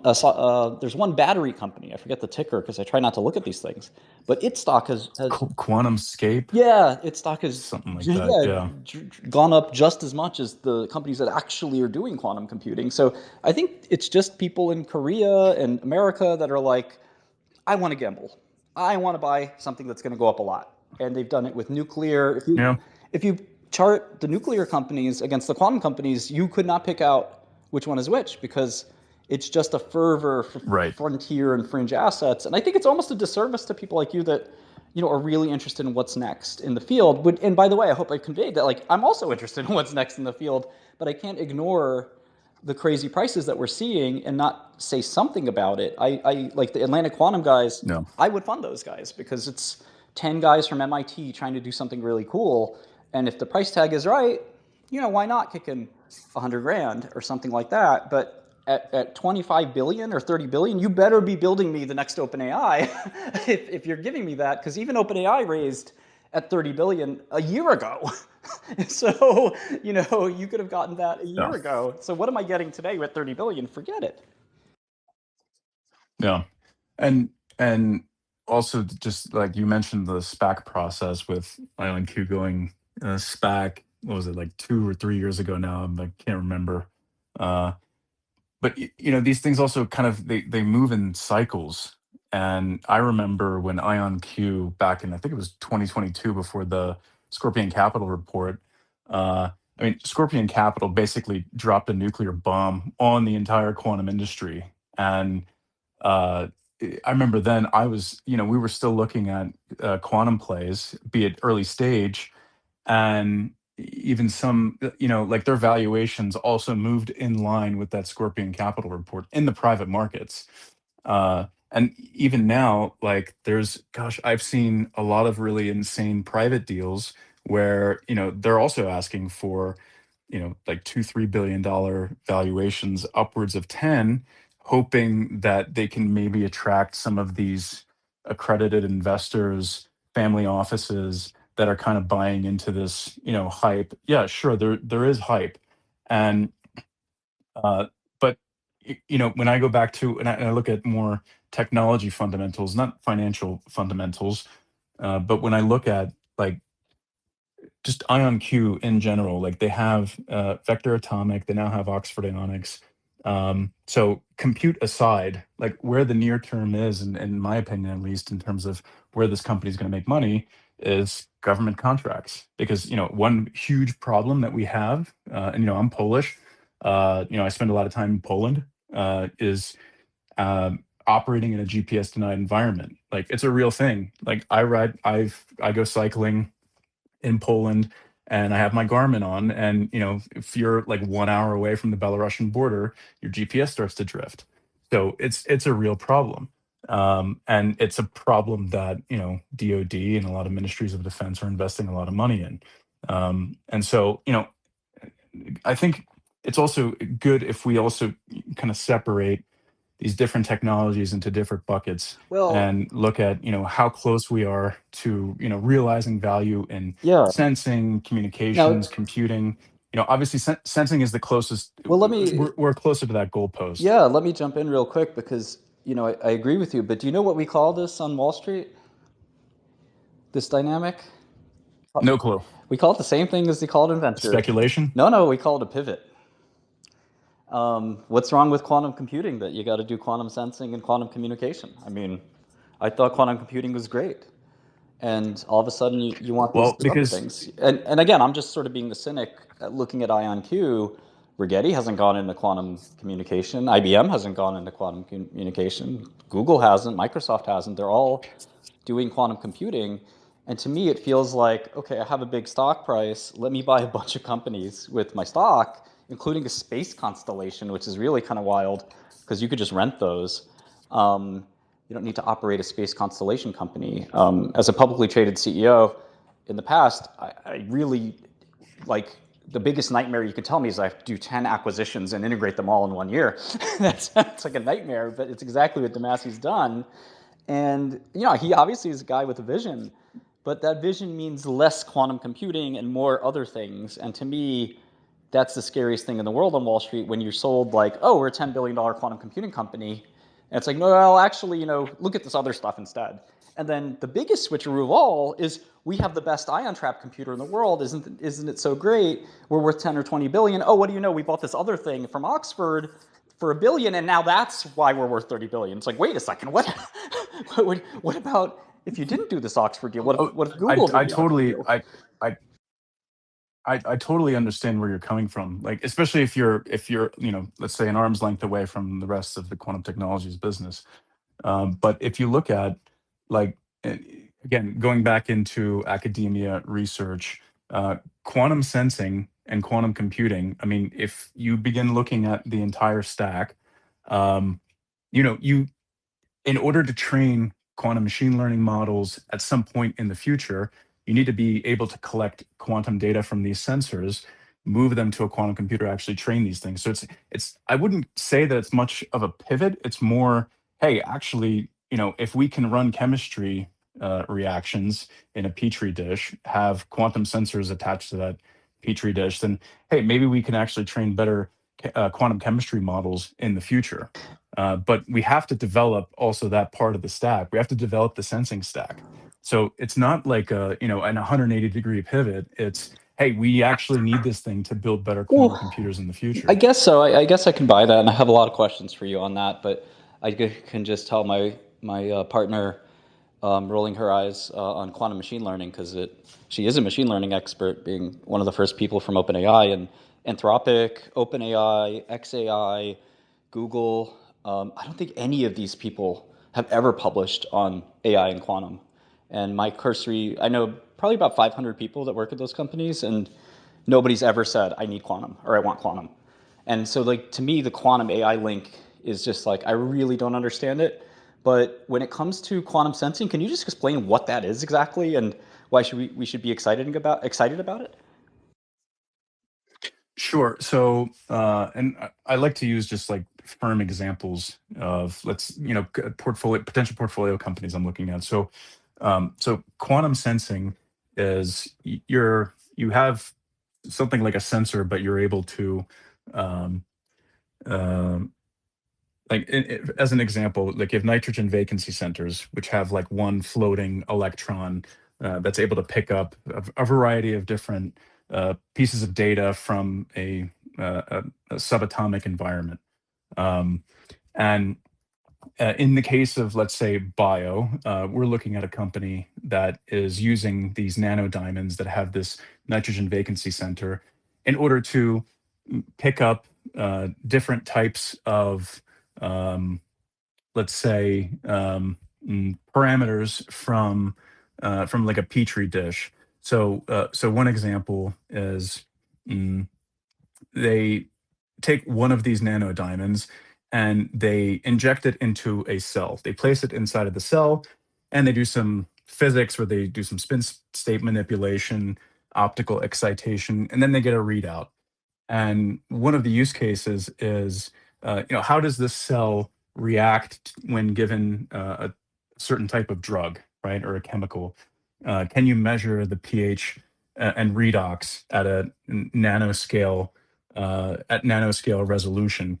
Can you do four-dimensional analyses of, how this cell reacts inside of this nanoscale environment? Can you detect reactive oxygen species inside of the cell? Can you do nanoscale nuclear magnetic resonance, so you can detect like nuclear spin signals from specific isotopes, at nanoscale? So what sensing does is it's like, mm, if you're into machine learning, from the early days, like the more data you have, the better model you can build on that data. Well, what quantum sensing does is it introduces these like 8 or 9 or 10 different parameters where you have all of a sudden access to all this data that's been under your nose the entire time. You just didn't have the right tools to be able to analyze that, and not to mention analyze it at nanometer scale. And so like that would be like my oversimplified way of Yeah, explaining what that's really cool. quantum sensing is. That's really And cool. so and that's why it's exciting. And so what's And there's been a lot of work. Yeah, go ahead. no, I think that's really cool. I love the idea of like the lone electron from nitrogen looking around for a friend and getting that readout somehow would provide a lot of data. It sounds like fabricating these materials might not be too easy, but sounds like it could be worth it. And can you tell us who the leaders in this field are? So there's a lot. I mean, nanodiamonds can be purchased off the shelf. I don't know who the companies are that are manufacturing these nanodiamonds, but it's somewhat trivial now to produce these things. But I mean, the company that I'm looking at. I mean, I don't want to give away the name because Oh I yeah, haven't closed the deal yeah, yet. don't bother. But But one question. I mean, but so they're quantum they're sense. Yeah. no, but I was going to say they're based in the Netherlands, and I want to be able to figure out how do we take this company that's doing some amazing things in cell biology and nano and quantum sensing and be able to marry them with our other biotech portfolio company, Molecule One, because Molecule One is also in the business of creating lots and lots of data, synthesis data. So if we have more parameters that we can measure in a lot of these chemical reactions, then all of a sudden your data becomes, 1 or 2 orders of magnitude more rich, and then you can create better models based on those Yeah. data sets. I mean, if it were So, me, like I'd love to be in your position right now with a portfolio of these early stage companies because I would go to QCI and try to sell them. I would go to IonQ and try to sell them. There aren't enough publicly traded ones yet because I don't know if Forgetty's going to be interested or D-Wave would be interested. But like getting those stocks at the rich valuations they have, it's almost like when Mark Cuban sold broadcast.com to Yahoo for $4 billion, hedged out all of the Yahoo shares, walked away with $4 billion, and Yahoo was left with an app that didn't even work. This kind of like opportunity doesn't come every day. Um, and I think that the quantum companies today do want to grab whatever they can. I'll look into sensing and see what's around the corner. I have two simple questions. One, do and I'd rather you maybe answer the second one first. But the first question is: are any of the publicly traded companies doing sensing? And two, um, what was my second question? Are any of the publicly traded companies doing sensing? I guess is the first question. Let's start with that. yeah, so well, IonQ just acquired Vector Atomic. Vector Atomic won. There was this DIU grant that was published last, I think, May, and I know that they were a part of that cohort. And if I'm not mistaken, Vector won. It's a $200 million contract. I have no idea over what time period it's being deployed. So yeah, IonQ in the acquisition of Vector Atomic is a sensing company. And then there's also Inflection. So Inflection, which used to be Cold Quanta, team mostly out of Colorado, I think. They also have an atomic architecture quantum computer, but they're using cold atoms or neutral atoms. And I guess they're supposed to SPAC as CCCX. Right. And from what I understand, they've already won a lot of government contracts. So those would be the two public companies that are doing sensing. And CCCX, I think, yeah, like if you're looking at it like from a valuation perspective, it's only worth 2 or 3 billion. Well, that's So, not that's in not a that sense, small amount. undervalued. Yeah, No, it's it's not too It's small. not, but if you look at like PsiQuantum, I mean, what was their previous valuation that they But raised money at? I they're mean, it running was around like also around something eight mind-boggling. 8 billion now. Yeah. Um, but Yeah. in terms of sensing, So it sounds like this is the kind of opportunity where maybe the upside is smaller and the than quantum computing writ large, and then it's also nearer term, and like if revenue doesn't show up, to me, like it's material science. And material science, is a little like quantum dots. That was a hot thing for a while, and now quantum dot stocks trade for nothing. So like you have to put up or shut up at some point, like you can't just say, "Oh, it's 5 years away. It's 5 years away. We're still a government's contract scale. Don't worry. Soon enough, HP will be, buying us out and selling our stuff." Eventually you have to see the revenue. And so I look forward to like just looking at the trajectory of like quantum sensing. But the second question I had that I forgot briefly was, I can't for the life of me see how this is connected to quantum computing. This sounds like a material science, detection sort of tool, may read out some small amount of data, but not in any way related to quantum computing other than through the name. Yeah, this is where I would actually yield to. So John Preskill, Jared McLean, they did like some work on what they call. And a lot of people are going to laugh because they're like, "Oh, you just put quantum in front of a name and make it sound cool." But they introduced this concept a long time ago called quantum artificial AI. Sorry, quantum AI agents, and it's basically an AI agent that can learn about the universe by retrieving information using quantum sensors. And the information that is retrieved is quantum information, and you need to figure out how to store that information in quantum memory or relay that to a QPU so that you can train a quantum ML model, right? Just as one example. It seems a little And there's contrived to still force all these things together like that. I mean, the example you gave me on sensing was not quantum information, right? This is just basic, pH or some other thing. You're not really measuring like probabilistic space or anything. No, but you still need to. Yeah, I mean, you still need to extract some sort of quantum information that's happening, let's say at the cellular level or at the molecular level, to understand how chemistry is working, right? And again, this is speculation, but can we build better AI models if we use quantum sensors that relay quantum information to a quantum computer, and then or figure out a way to store that information as a model and then use that for predicting synthesis pathways in the future, right? Again, speculation, but this isn't something that I'm pulling out of thin air. Like, there's a lot of research on this. And and so, but quantum sensors, we're still at like a TRL level of, 7, maybe 8. We need to build better sensors. We also need to build better quantum memories that can relay a lot of that information from the sensor to a QPU. So if we're looking at this holistically from the entire stack, like that sensing component is very important to build better quantum AI models in the future, right? Again, this is not something that we're able to do today. Again, and I need to be, Yeah. I want to be, academically honest about this. But there's a lot of work in this space. Yeah, I just can't see the connection. Like, even if I got sensing data, if I want to train a model, I'm going to PyTorch. I'm not going to Qiskit, right? Like, I just can't try to connect those two. Nobody at the moment is even thinking about running quantum AI in the AI space. So again, I feel like that's a contrived example, but I will, leave it at that, and we don't have to argue about it. Let's talk about quantum. And again, I really object to calling this a stack because, like, to me, QRAM would be a stack, right? Like, the light sync stuff, that would be a stack.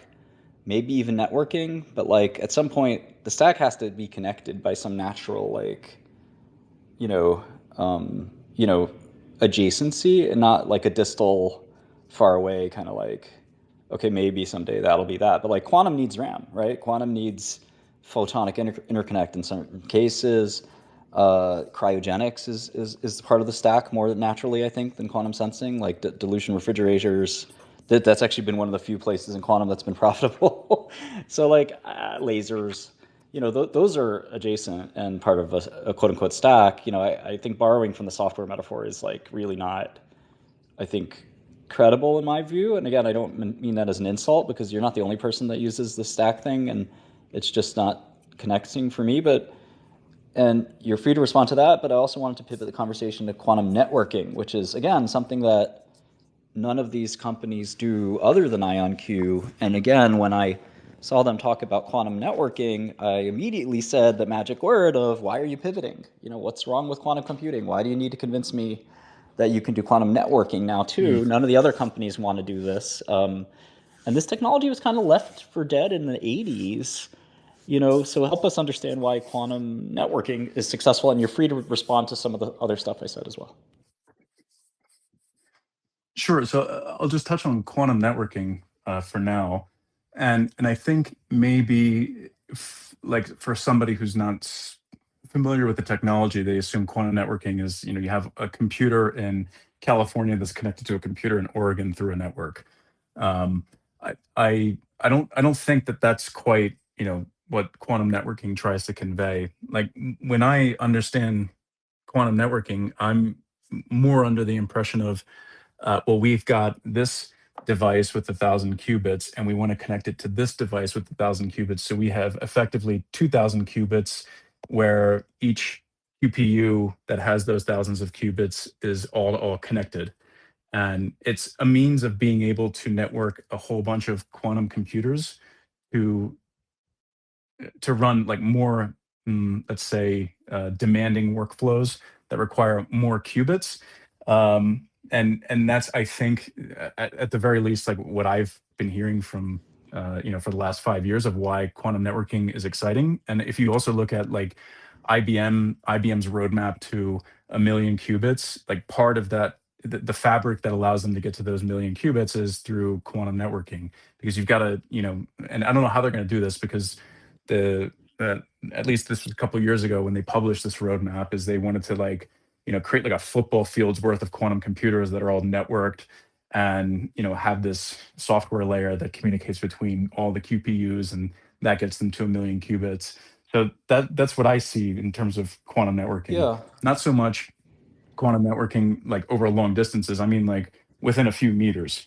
sure. So I have a bunch of things to say here. One thing, just parenthetically, is that both IBM and IonQ failed to meet their goals for this year. IBM years ago said they would have 1,000 qubits by now, and they quietly scrubbed that off their website. You can actually see it on the Wayback Machine, and they decided not to release 1,000 qubit computer this year. I think for the same reason as everyone else, which is the fidelity stinks. So why bother?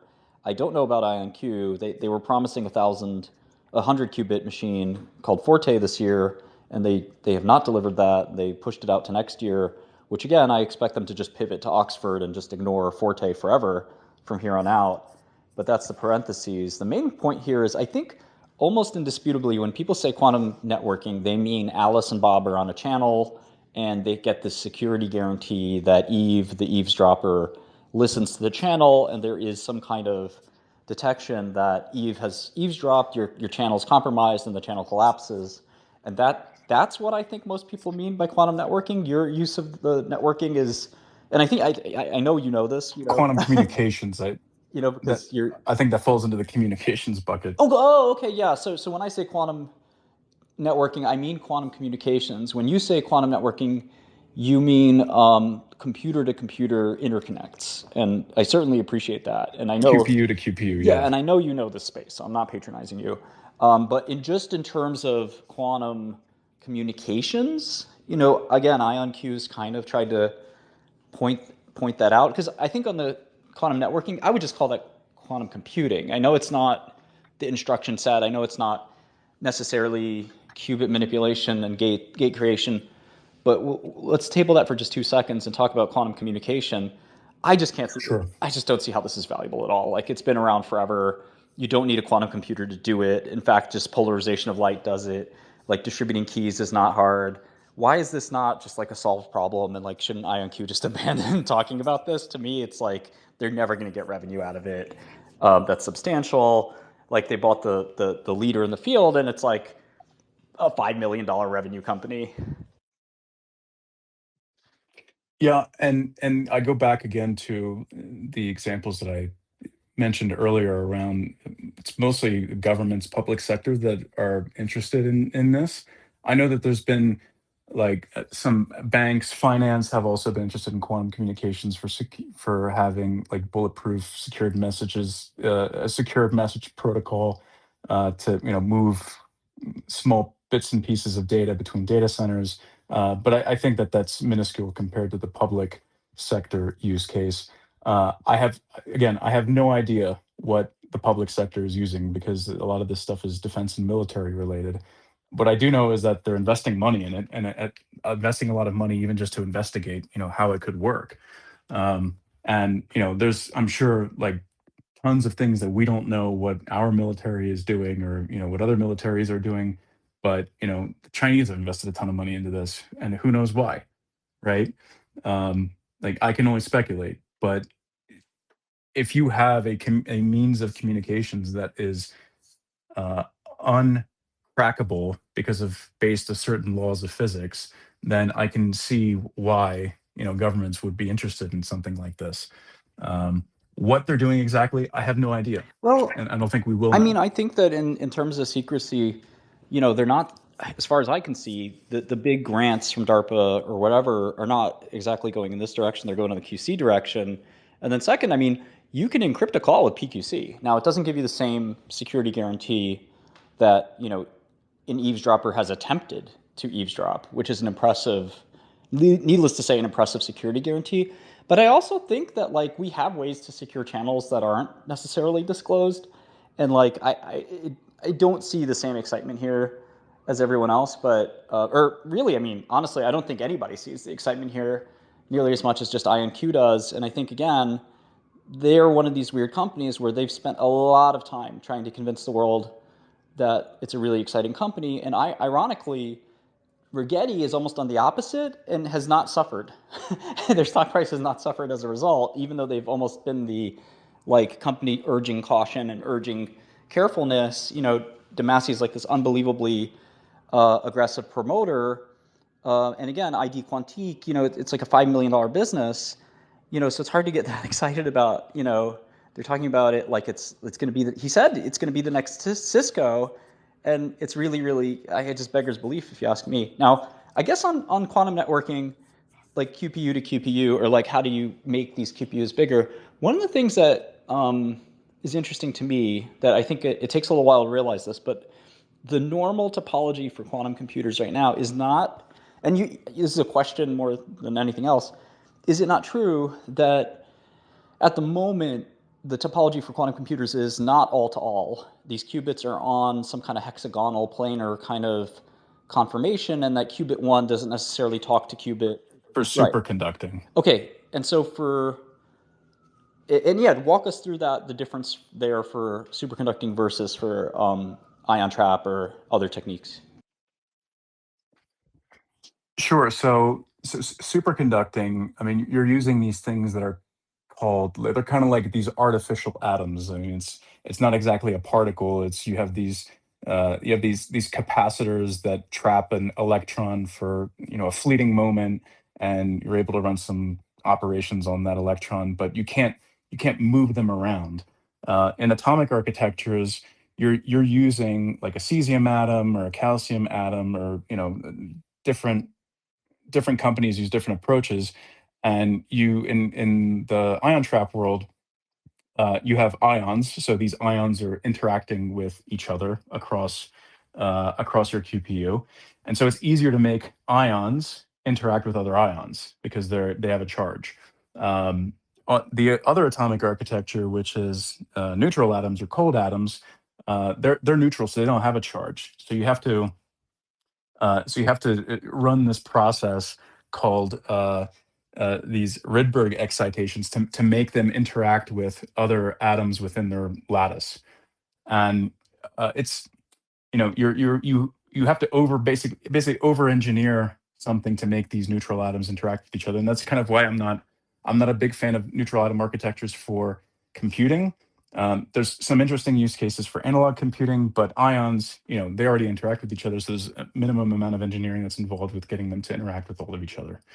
And the a quantum computer, like the analogy I use is a quantum computer is really good at is going to be really, it's basically like a matrix multiplier in some sense that's really good at being able to do these complex partial differential equations from matrix to matrix. And I know that the North Star, the ultimate goal of ions, these trapped ion architectures, is to get them to be these two-dimensional lattices. So you can run a lot of these complex matrix multiplication operations on the quantum computer.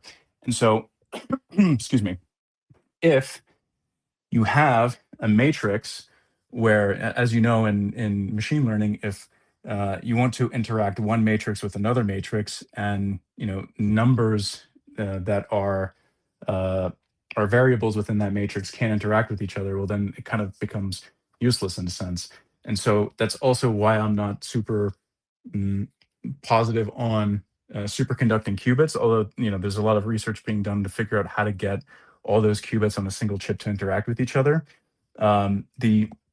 The only architecture that I'm aware of that's able to do that and able to do that today is the trapped ion architecture. And so, from a compute perspective, and this also goes back to the work that we did with D-Wave. D-Wave has the highest number of qubits, but they're using Joseph junctions, so you can't interact all of those qubits with each other. You have to do some work in software to actually to kind of make that happen. There's a lot of overhead. But with ions, you do have that all-to-all connectivity because you can shuttle those ions, you can move them around. Now, you can't move them around very quickly, at least not yet. And so that does decrease your clock speed. But because you have that all-to-all connectivity, you can do many different things that you can do on an ion trap that you can't do on other architectures. So, and again, this is why, like, for the last 10 years, a lot of physicists will say, yeah, like, if there is going to be a short-term winner in the quantum computing world, it's going to be ion traps. Maybe it'll be, but the big problem was ion traps were using these things called optical tweezers to move the ions around. And the problem with that is, as you scale the number of qubits uh, exponentially, you also scale the complexity of your system exponentially. And what made Oxford Ionics game changing is that, as theoretically you began to scale your number of qubits exponentially, the complexity of your system or the complexity of your chip scales linearly. So you kind of have that Moore's law effect. Um, and and also, because it's electronic control, the frequency at which you can shuttle those ions, you can move them, manipulate them, is faster than the conventional, using the conventional optical tweezers. So, and again, this is why I go back to why I think Oxford Ionics has the winning architecture, because they figured they took a system, or they took an architecture where the physics was well known, and then they used minimal amount of engineering to engineer a much better chip, and used unsexy tools, uh, used standard CMOS fabrication, like boring engineering, to get to where they are, which ultimately lowers their cost of the chip and their system, which will make them competitive on price, but also theoretically allows them to scale exponentially while only scaling system complexity linearly.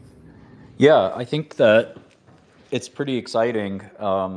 And, Chris Monroe bemoaned the whole idea that, there are not enough advances in laser technology to really do much with the prior architecture. And again, this sort of pivot to me, or replacement basically, of I forgot, it was barium, ytterbium, or cesium, whatever ion that we're using before, with the laser controlled ion trap, now pivoting completely to Oxford, does make you wonder what dream were you selling us before you bought Oxford? I mean, what gives? I get that you now have the best, arguably, but why should we trust you when you told us you had the best before this? That's a very awkward kind of place to be. But turning to, I guess, sweeping that under the rug for a second, you have some limit as to how many ions you can keep in one pressure vacuum, right? Like, it doesn't scale to a million. You can't put a Right. million linear, right? They're linear right now. and you just can't put that many. Many people say it's, maybe is it 50? Is it 100? Is it 500? There's some limit at some point. You cannot just stack a million linear chain ions together. So you need some way to connect them to each other. And this is where it kind of gets hard for me. So maybe you can help me. But like, firstly, again, just as a bear, nobody's ever made this work yet. So maybe they can, maybe they can't. But so far, there's no photonic interconnect that I'm aware of that I can go try and compute with. And then two, it kind of, to me, again, I'm not a physicist at all, but it just feels like it loses the quantumness. Like, am I going to have, how do I get all to all across two different systems where the ions are far away from each other and preserve the quantumness through the interconnect? That seems like, one, nobody's ever done it.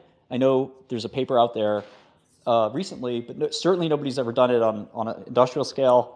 And then two, is it even possible? And wouldn't you lose some of that all to all? It would be, start to get closer to the superconducting topology map where it's like, okay, here you have some qubits that are near the interconnect and they're maybe entangled to the other qubits that are near the other interconnect or the other side of it. And then, the distal qubits are just not connected, similar to an IBM or a Google. And then parenthetically, why is Google not entered? Google or IBM have settled on transmons, Josephson junctions, cryogenically manipulated Cooper pairs. So I guess in order, the questions are, how do we do interconnect? What's the natural limit to an ion system? And then two, why has the industry somewhat, settled on this? Obviously, we know Quantinium is an ion trap company as well, so it's not fully like everyone's on it. But at least Google and IBM have picked that, and Microsoft, of course, has picked its own exotic thing. So those are the questions. Uh, I just did my best to transcribe all of the questions. But I mean, outside of IonQ and the companies that it's acquired, I mean, there's also other companies. I mean, there's a Canadian company called Photonic.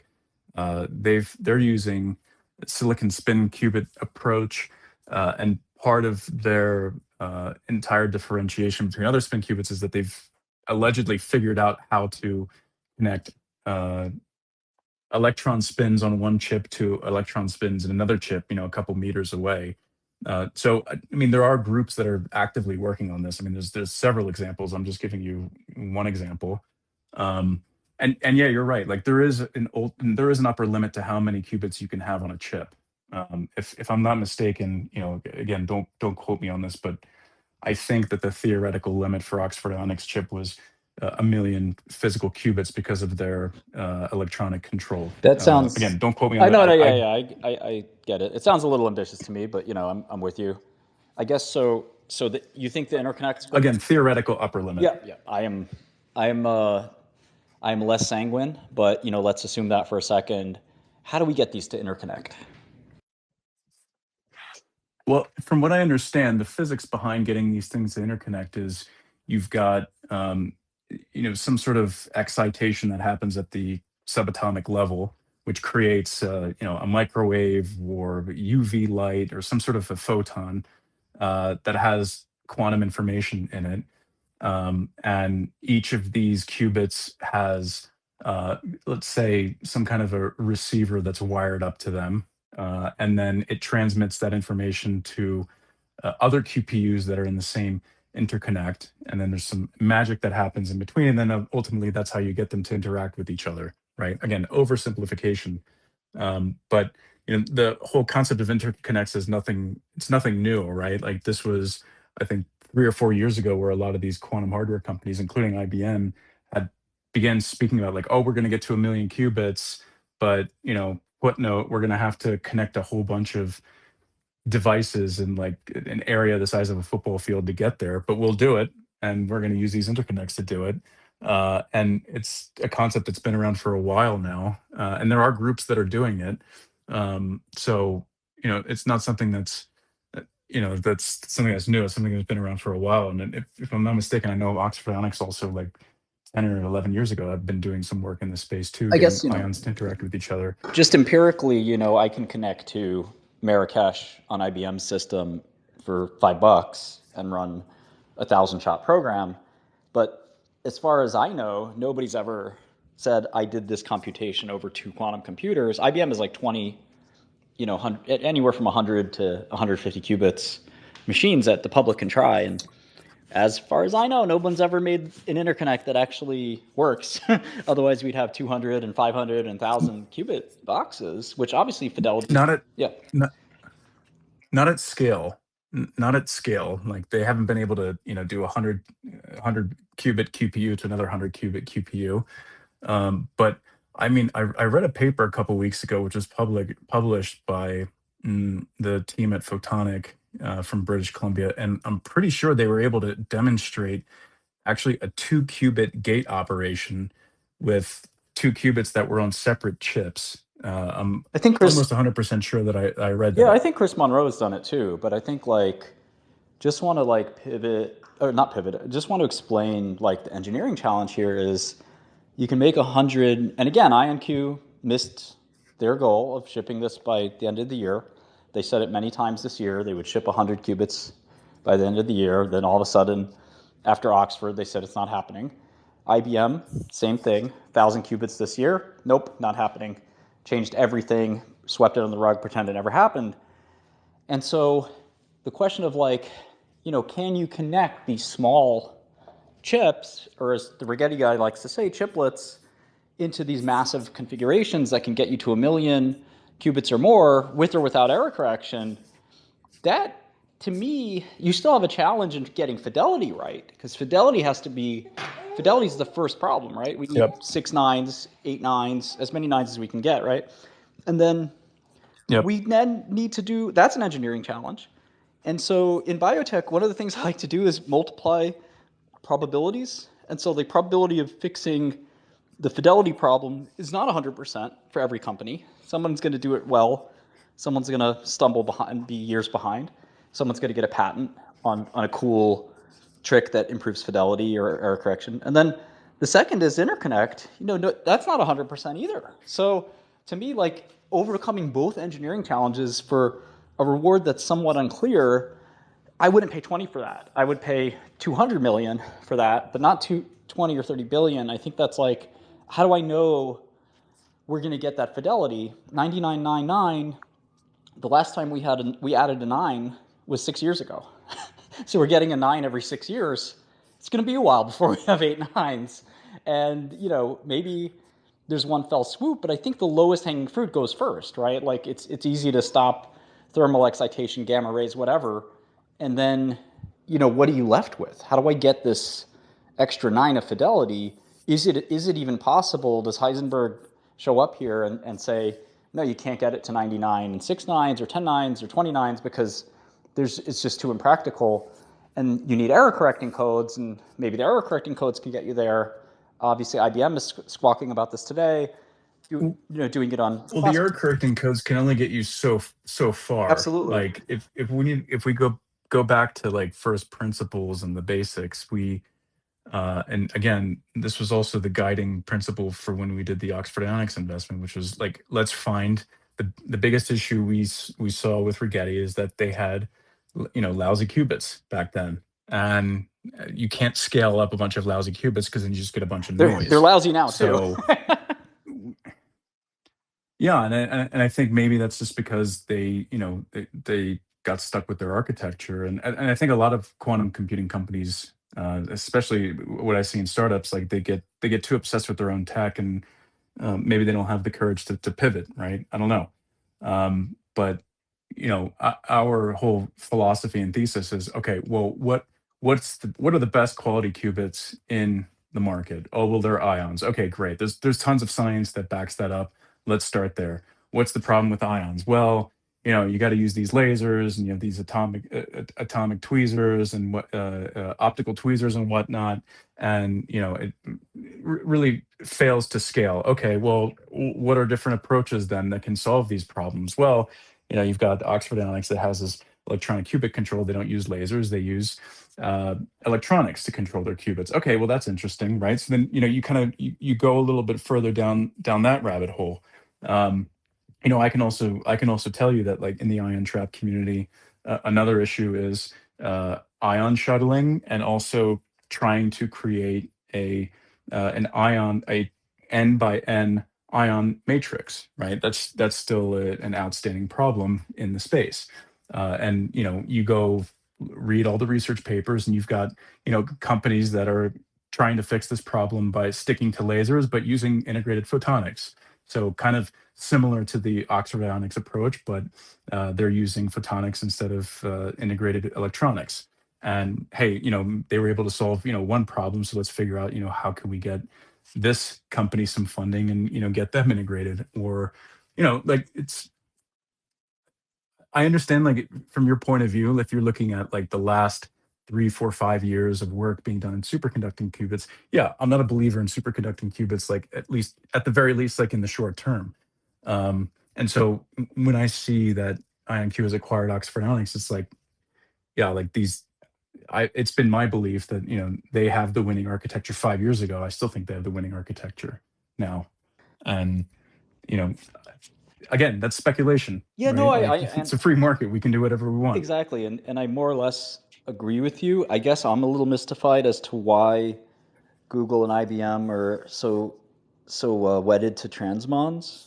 Any thoughts on that? Well, they always, I mean, superconducting has been around for a very long time, and when it was still this like small scale research project in a lab, like, again, like, we did the deal in Rigetti because it Yeah, just, at the time, it made sense, yeah, it's kind of like right? Like, oh new wow, kid on you the can block, produce. new kid on the block Yeah, you syndrome, can. and Wow, you could produce these things in a CMOS fab. Holy shit! Like, this is a no brainer, it'll be right? Like, really we'll telling hit 100 cube.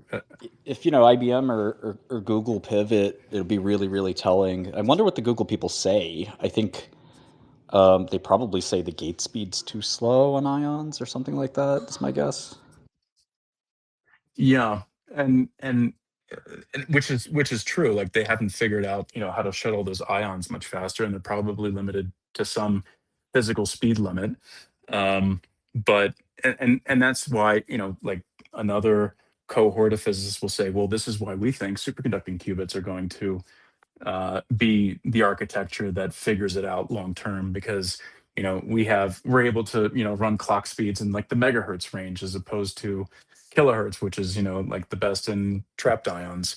And so this is the other thing. It's like, if you talk the different if you talk to different physicists in this field, like, and this is always something that I have to keep in mind whenever I'm doing due diligence on any of my deals, is like, a lot of physicists also just hate each other, and they talk Yeah. so much shit. And it doesn't come from, like, a place of like, oh, this is like logical because they're men and women of science.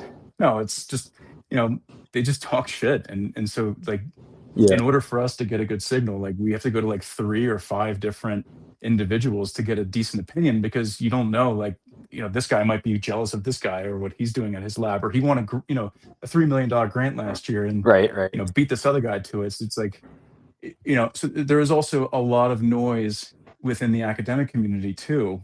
And I would say half of the academic community too also says is like, quantum computing is never going to happen, Yeah. right? Like, Yeah. A lot and of I'm it sure is. you've spoken to these individuals. Yeah. No. No doubt. I think the people who are jealous of Chris or others balance. I mean, even it happens all the time in AI and even biotech. So yeah, the sometimes you can call them cantillionaires. Everything can't. And I don't believe in that either. I'm Yeah. a technologist. I'm an optimist. But I'm also a realist. I mean, I think one more nine, honestly, three nines probably can get you Shores. So it isn't about, I think, eight nines or more. It depends on how many gates you have, right? Like I pencil in 500,000 gates to run a short circuit, but it probably needs more, I guess. And so, if it needs more, then you need four nines, five nines, six nines. And again, can we find those nines in this universe? It seems like it's not foregone conclusion.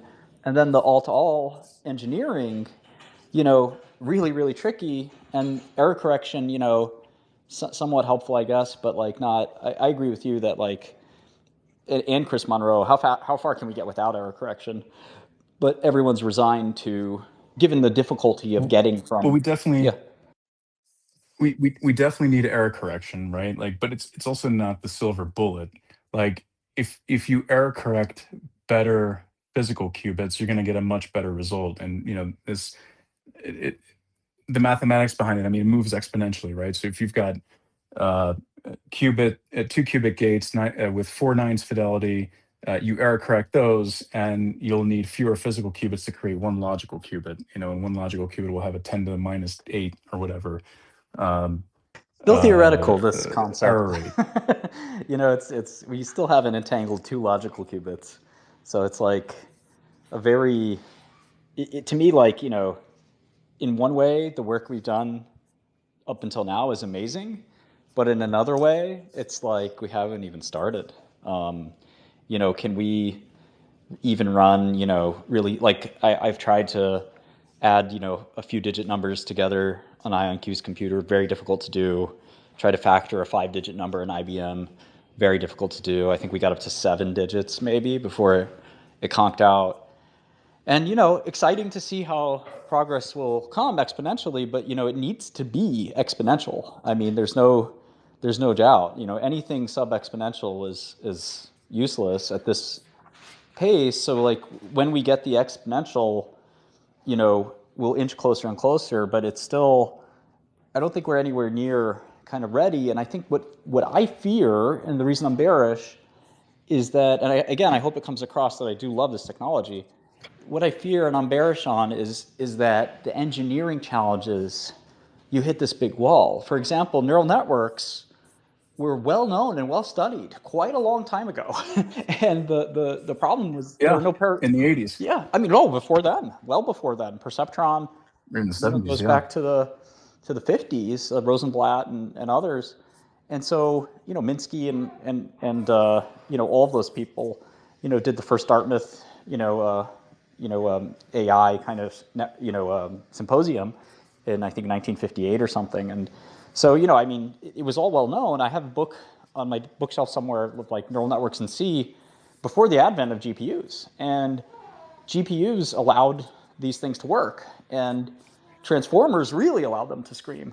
So, we still have engineering challenges, Mm. and we don't know, just like with GPUs enabling deep learning, we don't know if it'll be 50 years before the technology that allows this interconnect to work will happen, or another 50 years for the technology that allows the fidelity to happen.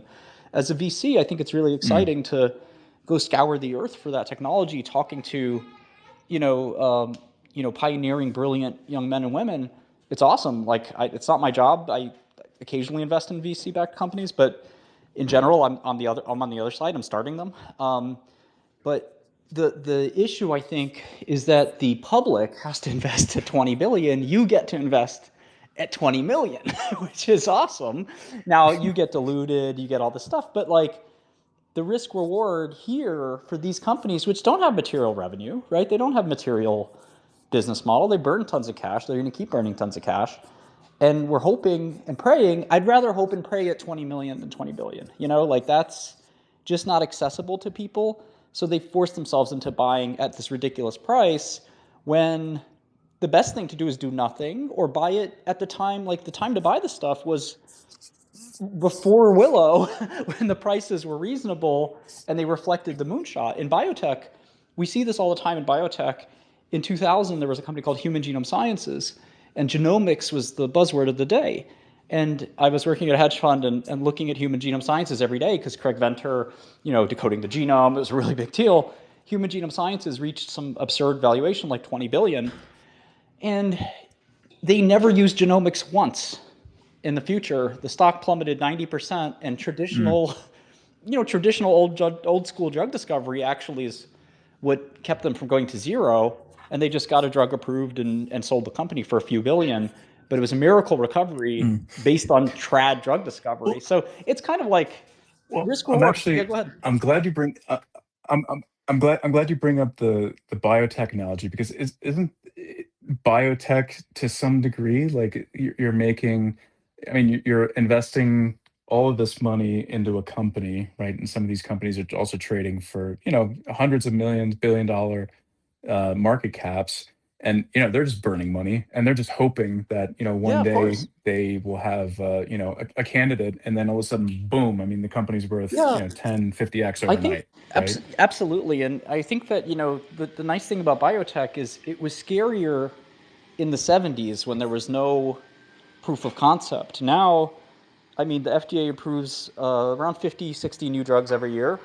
And we've, as collectively, as an investment community, we've seen so many of these. So when you see that first patient respond dramatically to a drug, it's not ready for FDA approval, but oftentimes a good investor knows, oh my God, this is going to be a game changing drug for people with some random disorder nobody's ever heard of. And you can jump on and ride the stock. And, there's a company called Revolution Medicines right now. It's worth 10 billion.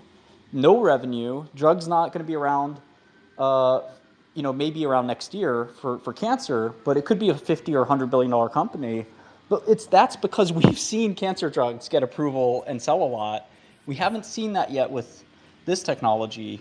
And I think like the faulty analogies to like, oh, maybe it'll be like Nvidia, or maybe it'll be like my analogy is Bruker, who does NMR, a little bit narrower of a scope. Maybe it'll be like Intel, maybe it'll be like Micron, who knows? But we have tons of precedent, and we had in biotech precedent before the first biotech drug was approved, like the first antibodies. We knew that drugs were a big business, and that whether it was tomato or tomato, drug would sell if it worked, even if it was a biotech generated drug.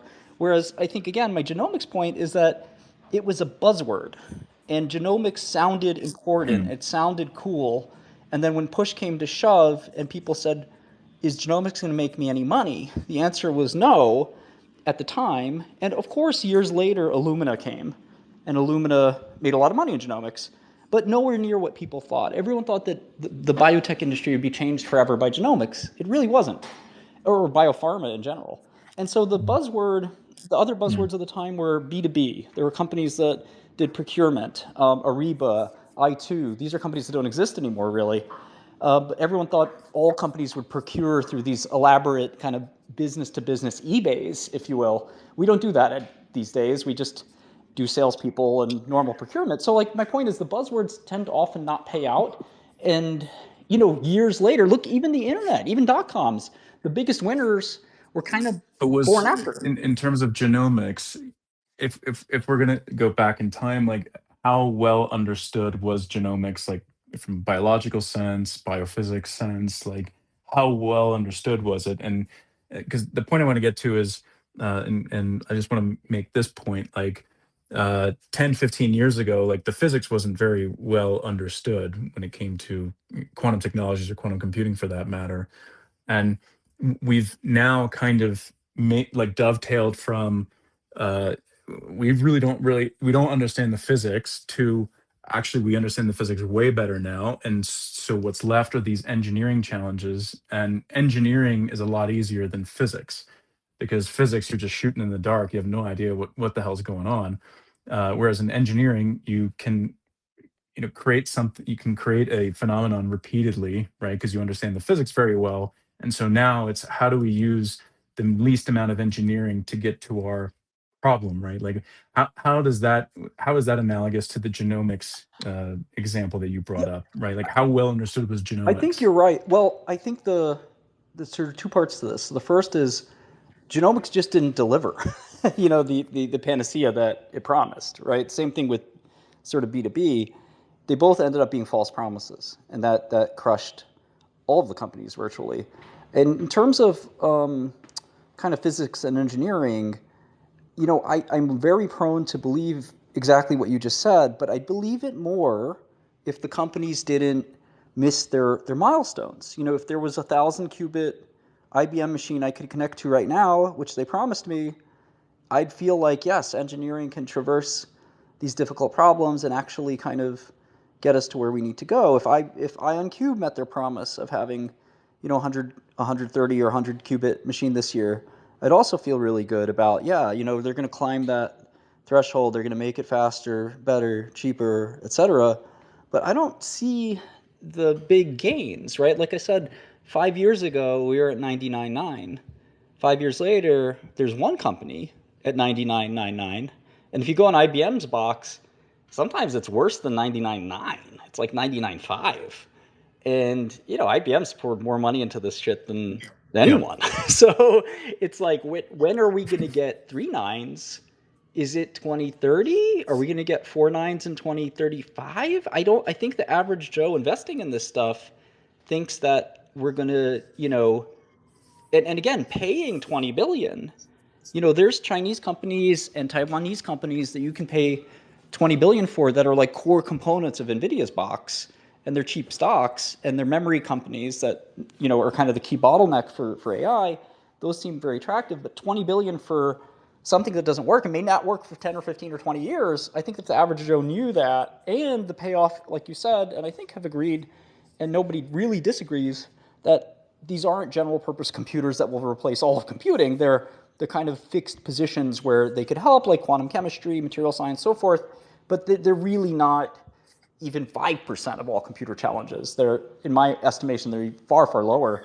So I Well, guess the point is, well, getting sure. back to Today, getting 5%. getting back to risk reward, would the average Joe, again, you get to buy at 20 million market cap. The average Joe, in my estimation, is making a gigantic mistake trying to buy these stocks which represent the future to them. You find the future in archive and at MIT and so forth, and I think it's great. I try to do that too when I have time. But, you know, if we're still 10, 15, 20 years away, why should these people buy Rigetti stock? I mean, it's crazy. Well, maybe it's because like I've seen from day zero how Oxford Ionics was able to meet, its reasonable roadmap, quarter to quarter, year to year, and so I look at it through that prism, right? And I can understand your lack of enthusiasm based on what Rigetti has said, or based on what IBM has made claims about, or IonQ pre Oxford Ionics acquisition. I totally get that, and like to some degree, I'd probably feel the same way as you did, right? Because I was also, with Rigetti in the very early days. And again, like I mentioned before, on the Series A deck, it was like, a million qubits by And it's a 2018, miracle right? It never they happened. it's a miracle Rigetti didn't go bankrupt, right? They've had to kick Chad out and recap and do all this stuff, and I don't even know if that Series A investment was it written down? I mean, is it even break even after this, huge rally? YC was in there as well. Well, I mean, I know the specifics of the transactions that happened thereafter. I don't know if I can comment on that publicly, but uh, yeah, I mean, the company, has publicly gone through a reorganization. But again, like it's a superconducting architecture. In my opinion, I don't think superconducting architectures are going to win the race anytime soon. But you did Maybe, invest in. 10, 15 years from now, But I guess my point is, you're a bright guy. 11 Well, years right, ago. but how different are the people trading this stuff today from you 11 years ago? They're picking a company, they're looking at the future, they're saying, let me bet on this horse, and the odds are that the horse is going to be wrong. That they're four publicly traded quantum stocks, and there's 100 companies plus in this industry, maybe even two, three, four, 500. They don't know what horse it's going to be. But when you bet on a horse, you're the first one in. Sometimes you're literally, like you said, you've been the first check for a bunch of these companies, but you're the last check if you're buying one of these stocks. And that's what I'm worried about. I just worry about people losing, their shirt buying Rigetti stock when it's like the nth tier shitco, superconducting company. Same thing with QUBT, where it sounds like you don't disagree. Even the same thing for me with D-Wave and IonQ, which I know you disagree in. But like, who wants to pay 30 billion for future tech that isn't here yet? 10, 15, 20 years from now, we'll have 459s. 10, 15, 20 years from now, we'll have a million qubits. And I don't hear you pushing back that, oh, it's going to be 5 years. I think, the disconnect here is that you love this space for the same reasons I do, but the prices you pay, like you're not going to stop running a VC and open a hedge fund that buys all these stocks, right?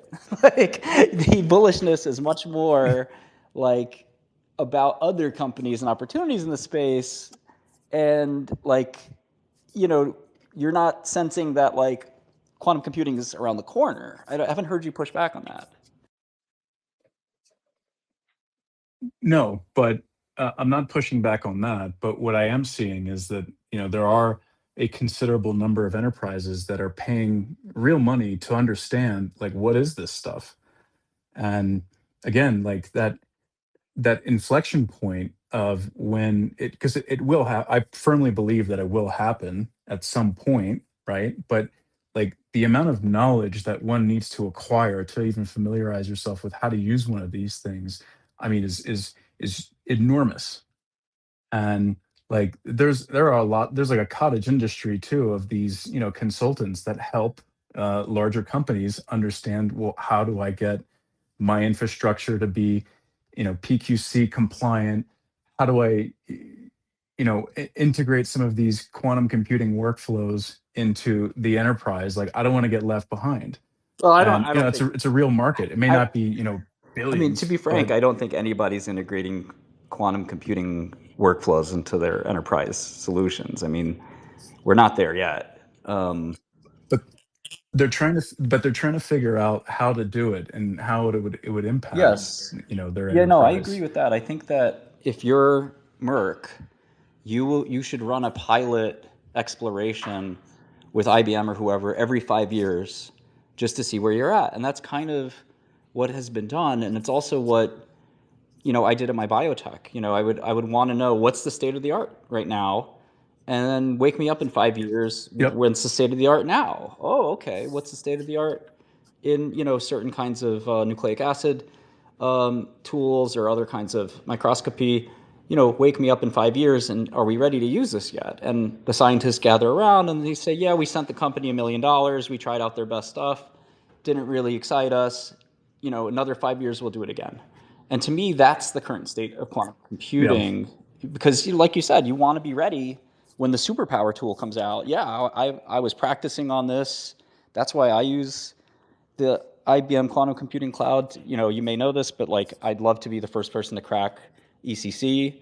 That's kind of a dream of mine, and I want to be ready when the first quantum computer capable of doing it comes out. I don't want to be fumbling around like, oh, how do I set up this gate? How do how does the Hadamard work? Like, I don't want to learn that then. I want to know that now, so that when I'm ready to go, when the computer drops, and I know all the architectural components and so forth. But again, as an ECC aficionado, Yeah. like, it feels like we're very far away. And the people buying these stocks are in the public want the next Nvidia, they want the next moonshot.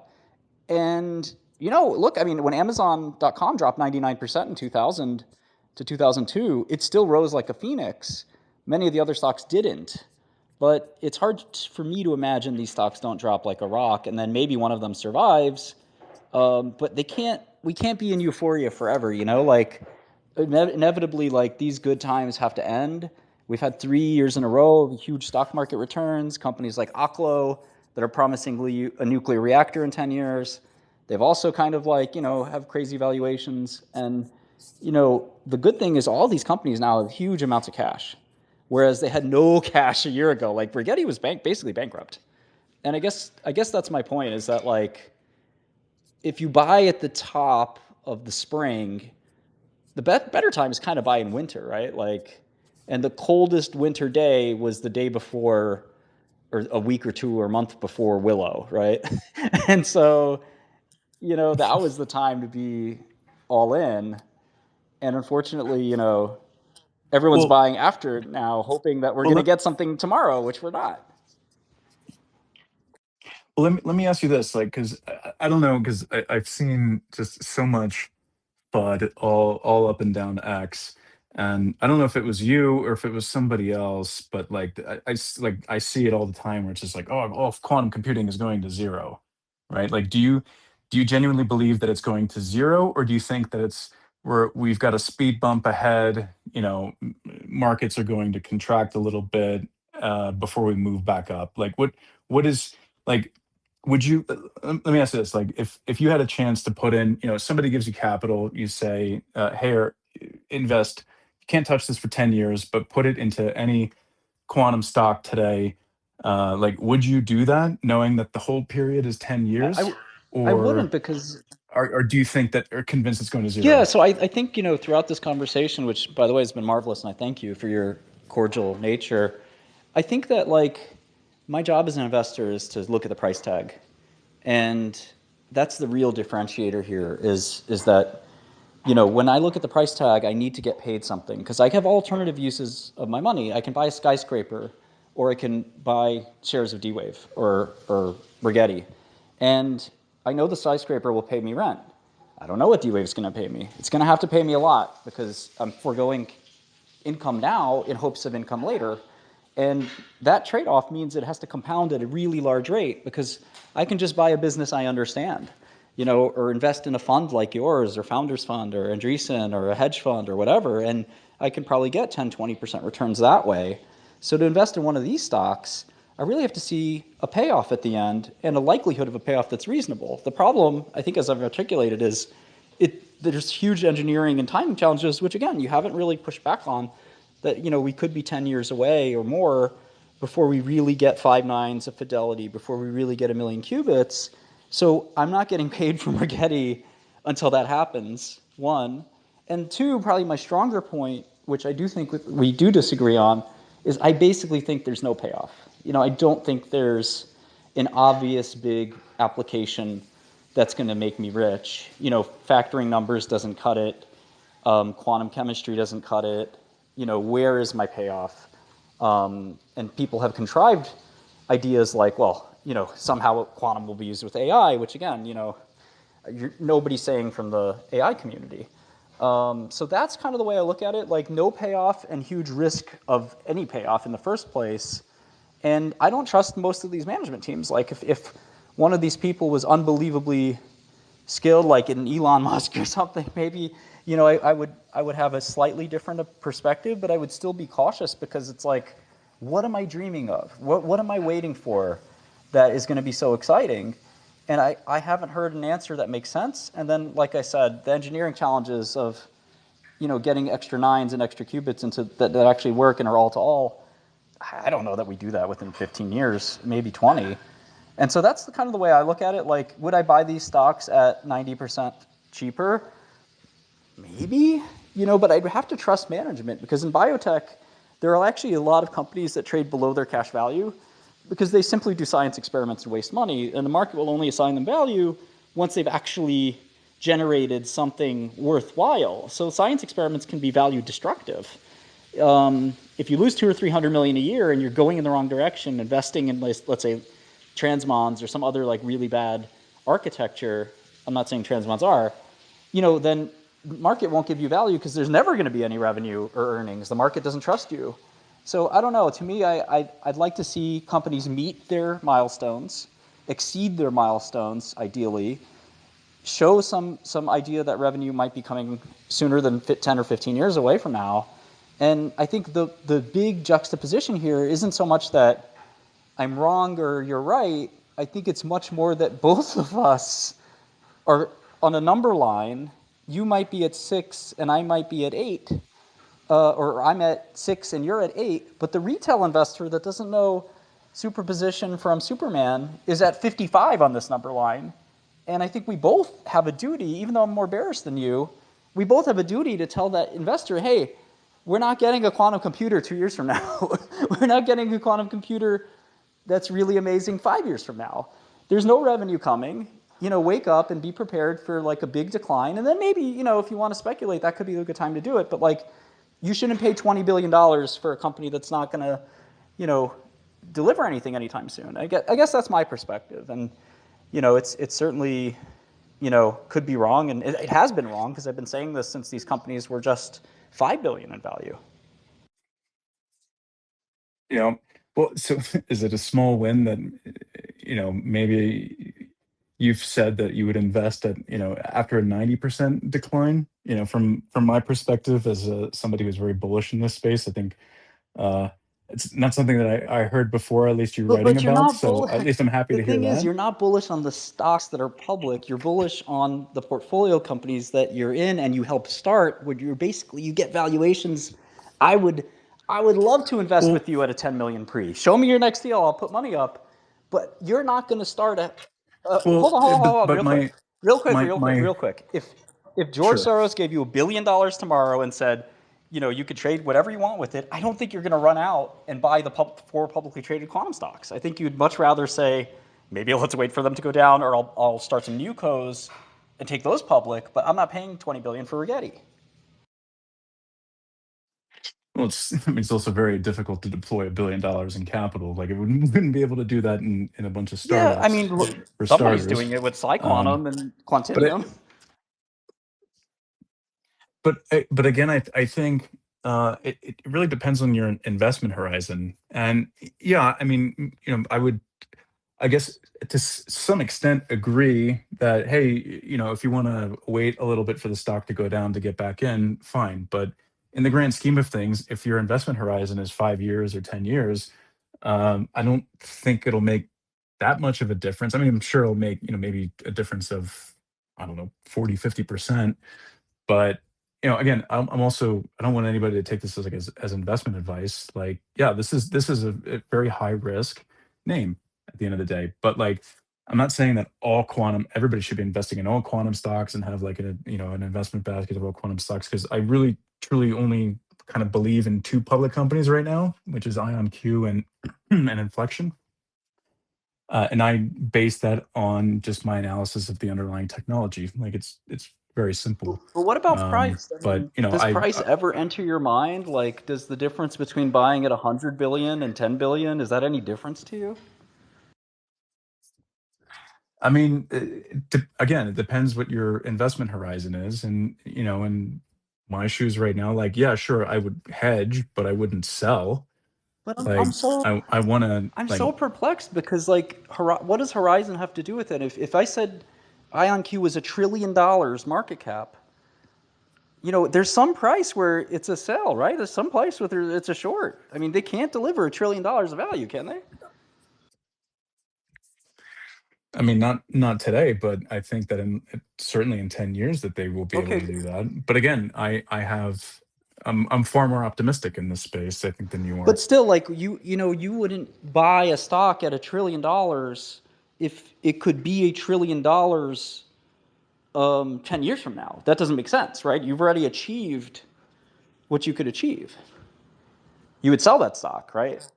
Well, no, I mean, if IonQ was worth $1 trillion today, then no, of course I wouldn't buy that. But my anticipation is that, yeah, this could be a $200 billion company in 5 or 10 years, right? That's 10x, right? I don't think that that's something that's out of like the realm of sanity. I don't I know what do. you I do think, think that's. but I again, do think that's. I do think that's out of the realm of sanity because it's you need. I mean, you need real revenue for that, right? You need real income. I mean, it's hard to. The most these like concept stocks ever really reach is around this amount, which is why they've kind of met this like resistance. Like to really get into the S&P 500 and to like have huge. You need billions in revenue and nobody's got even close to that right now. And IonQ is going to try to do it by acquiring a bunch of adjacent companies, but eventually the cost of capital drops. And like I heard that Capella, my friend tried to buy Capella. My friend is a big defense company, and he told me that IonQ paid double what they offered for Capella. Which seems like a huge mistake. Like I remember Valiant buying tons of drug companies. It didn't end well. Like I don't know. I feel like IonQ is really, really, we were definitely going to have to agree to disagree on that one. But like, I still like buying something for, sure. if you're buying something for 20 billion and you hope it goes to 200 in 10 years or less, there's still some probability you're wrong, right? Because if you discount the 200 back, you're basically saying, okay, the chance this happens, I don't have the calculator in front of me, but maybe it's 50 billion or 75 billion present value. So you're basically saying there's at least a 33% chance that IonQ is a $200 billion company based on whatever it is that you think could make that happen. but it's not like it's 100% chance that'll happen. No, it's not 100% chance, no. But like from my perspective and just being so deep in the weeds over the last 10 years, it's like, yeah, I think it's a bet worth trying. And but also I'm gonna make sure to hedge risk, right? Like I'm not just gonna go in naked and just YOLO it all, right? Like, I want to be smart about it. But like, in my opinion, and again, we will agree to disagree. I just think that the upside is much higher because again, this is one of those technologies that's, not just computing, but like everything, sensing, communications. It's so transformative that it's a lot like we have no idea like what this entails long term. The same way we had no idea what computing entailed back in the 70s and 80s. We had no idea that I'd be able to pick up this device that's the size of the palm of my hand, call you in New York City. We'd be able to see each other in real time. Like that was just purely like in the realm of imagination. And we can go like much deeper and like there's other like theoretical concepts like quantum consciousness, quantum mind, like figuring out how does consciousness work and is it a quantum mechanical phenomenon and what does that mean, right? Like are we going to be able to uh transport our consciousness somewhere across the galaxy, or like now this is getting really crazy. But again, like this is we're in my opinion we're opening Pandora's box, and this type of technology will be able to create new markets because there's just certain things that we can't even conceptualize right now what this is possible of doing, because we're unlocking a new realm of physics by investing in this I technology. Like that's my opinion. It sounds crazy, No, I but mean, look, I think the hard thing about technology is we don't know what's going to happen, because you could have said the same thing about synthetic meat, the same thing about 3D printing, the same thing about EV. definitely not synthetic You meat. know, we know what the outcome of that one was, right? But there are plenty of people that were pitching that the whole world is going to be saved by moving to plant-based meat or other kinds of recombinant meat. Synthetic biology, another one, Mm, synbio. People said we're unlocking the. yeah, but syn- Forget meat for a second. The point. The but point is that's technology. but but I'm it's just that, like, if you look through history, every single time you've whenever you've come up with some new breakthrough in physics, whether it's nuclear physics, solid state physics, Well, anything, it's had what has profound superconductors done for us? Or how, I mean, super. yeah, What do you mean? I mean that was a Josephson junction, Cooper pairs. Those was a huge breakthrough. A lot of Nobel Prize given. What have superconductors done for humanity or finance? Nothing. I mean, it's still a relatively nascent technology versus, like Coulomb discovered electric fields in the 18th century, right? And how long did it take before, all of society was electrified, Yeah, right? but Like I quantum think you're only physics was looking at the. was over a I think century you're only ago. looking at the positives, and there are plenty of technologies that have failed. You know, in terms of physics itself, I point to, like I said, superconducting. I could point to NMR. I mean, the NMR space is tiny. It is not some massive space.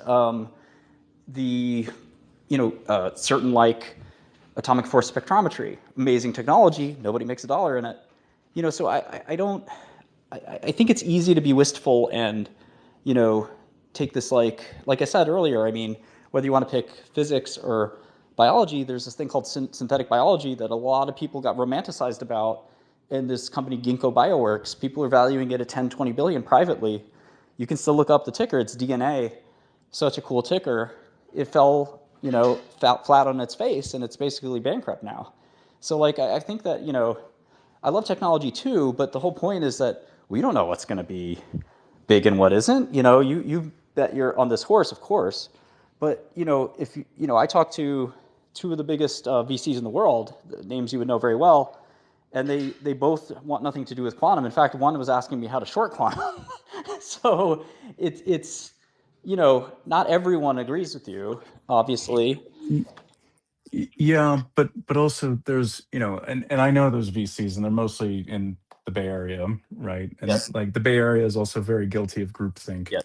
and is partly the reason why I left, right? Because it's just once you get critical mass around a certain idea or concept in and around They San all they Francisco all and follow Palo each. Alto, it's like very Yeah, they difficult all to, follow each other. Yeah. yeah. So, and it was like when I left there in 2018, I'm like, oh, I'm starting a fund investing in quantum, and they're like, you're investing in quantum computing companies. That's insane. You are like clearly going to fail. And but that was the groupthink. And ironically, like after the Oxford Ionics deal, we went from them being, and a few of them, I won't point out names, but went from this is never going to happen, you're insane, to oh my god, can you get me into the next quantum deal, right? Like there's no, there's like it's just that these people don't follow logic. It's all like groupthink, right? And to some extent, it works for a lot of deals, but you know, like I'll always take the contrarian view. Yeah, it's still hard to say, what the future will hold. We just don't know, what technology will end up where. If we did, that'd be great. But the markets are prevail for the reason that we all agree that there's uncertainty, and these four publicly traded or five or whatever quantum companies. To your point, I mean, there's what 500 or 1,000 companies in this space. So the probability, one factoid that I think is really interesting is that people don't understand is that the stock long-term positive prices of stocks are mostly related to one or two of the market cap weighted bellwethers. So like the Mag 7 is most of the appreciation of the stock market. Without the Mag 7, the stock market's been flat or down for a profound period of time, and the average stock is a zero. And that's going to happen with like most of these companies won't be here in 10 years. And that's why I'm, you know, frustrated when I see people buy these stocks, because I know that they're throwing money away. And you know, I don't want to pick on your favorite, but the odds that Rigetti will actually come up with a quantum computer that's relevant before they run out of money is pretty much zero.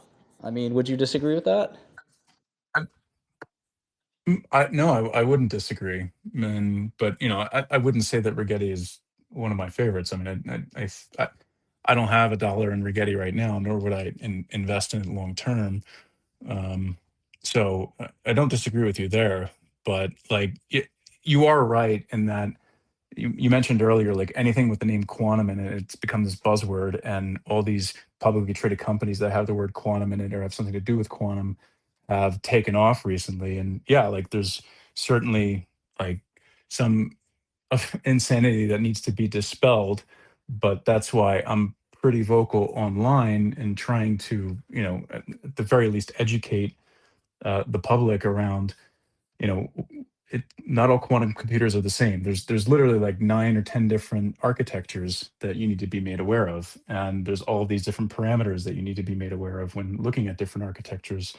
And there's the whole sensing angle. There's other parts to this, and I'm glad we're having this conversation and we're able to keep it civil. And I have really enjoyed it because it's been, in my opinion, quite productive, and also added additional things to my thinking around how to look at this. Because again, and I mentioned this before, like I'm not like a professional public markets investor.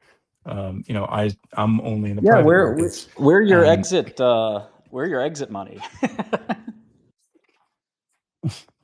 yeah, and but like it's I still am a firm believer in IonQ because they acquired one of my companies that I still think has a long way to go and a lot of value to create. And I continue to be a firm believer. Maybe that's a mistake.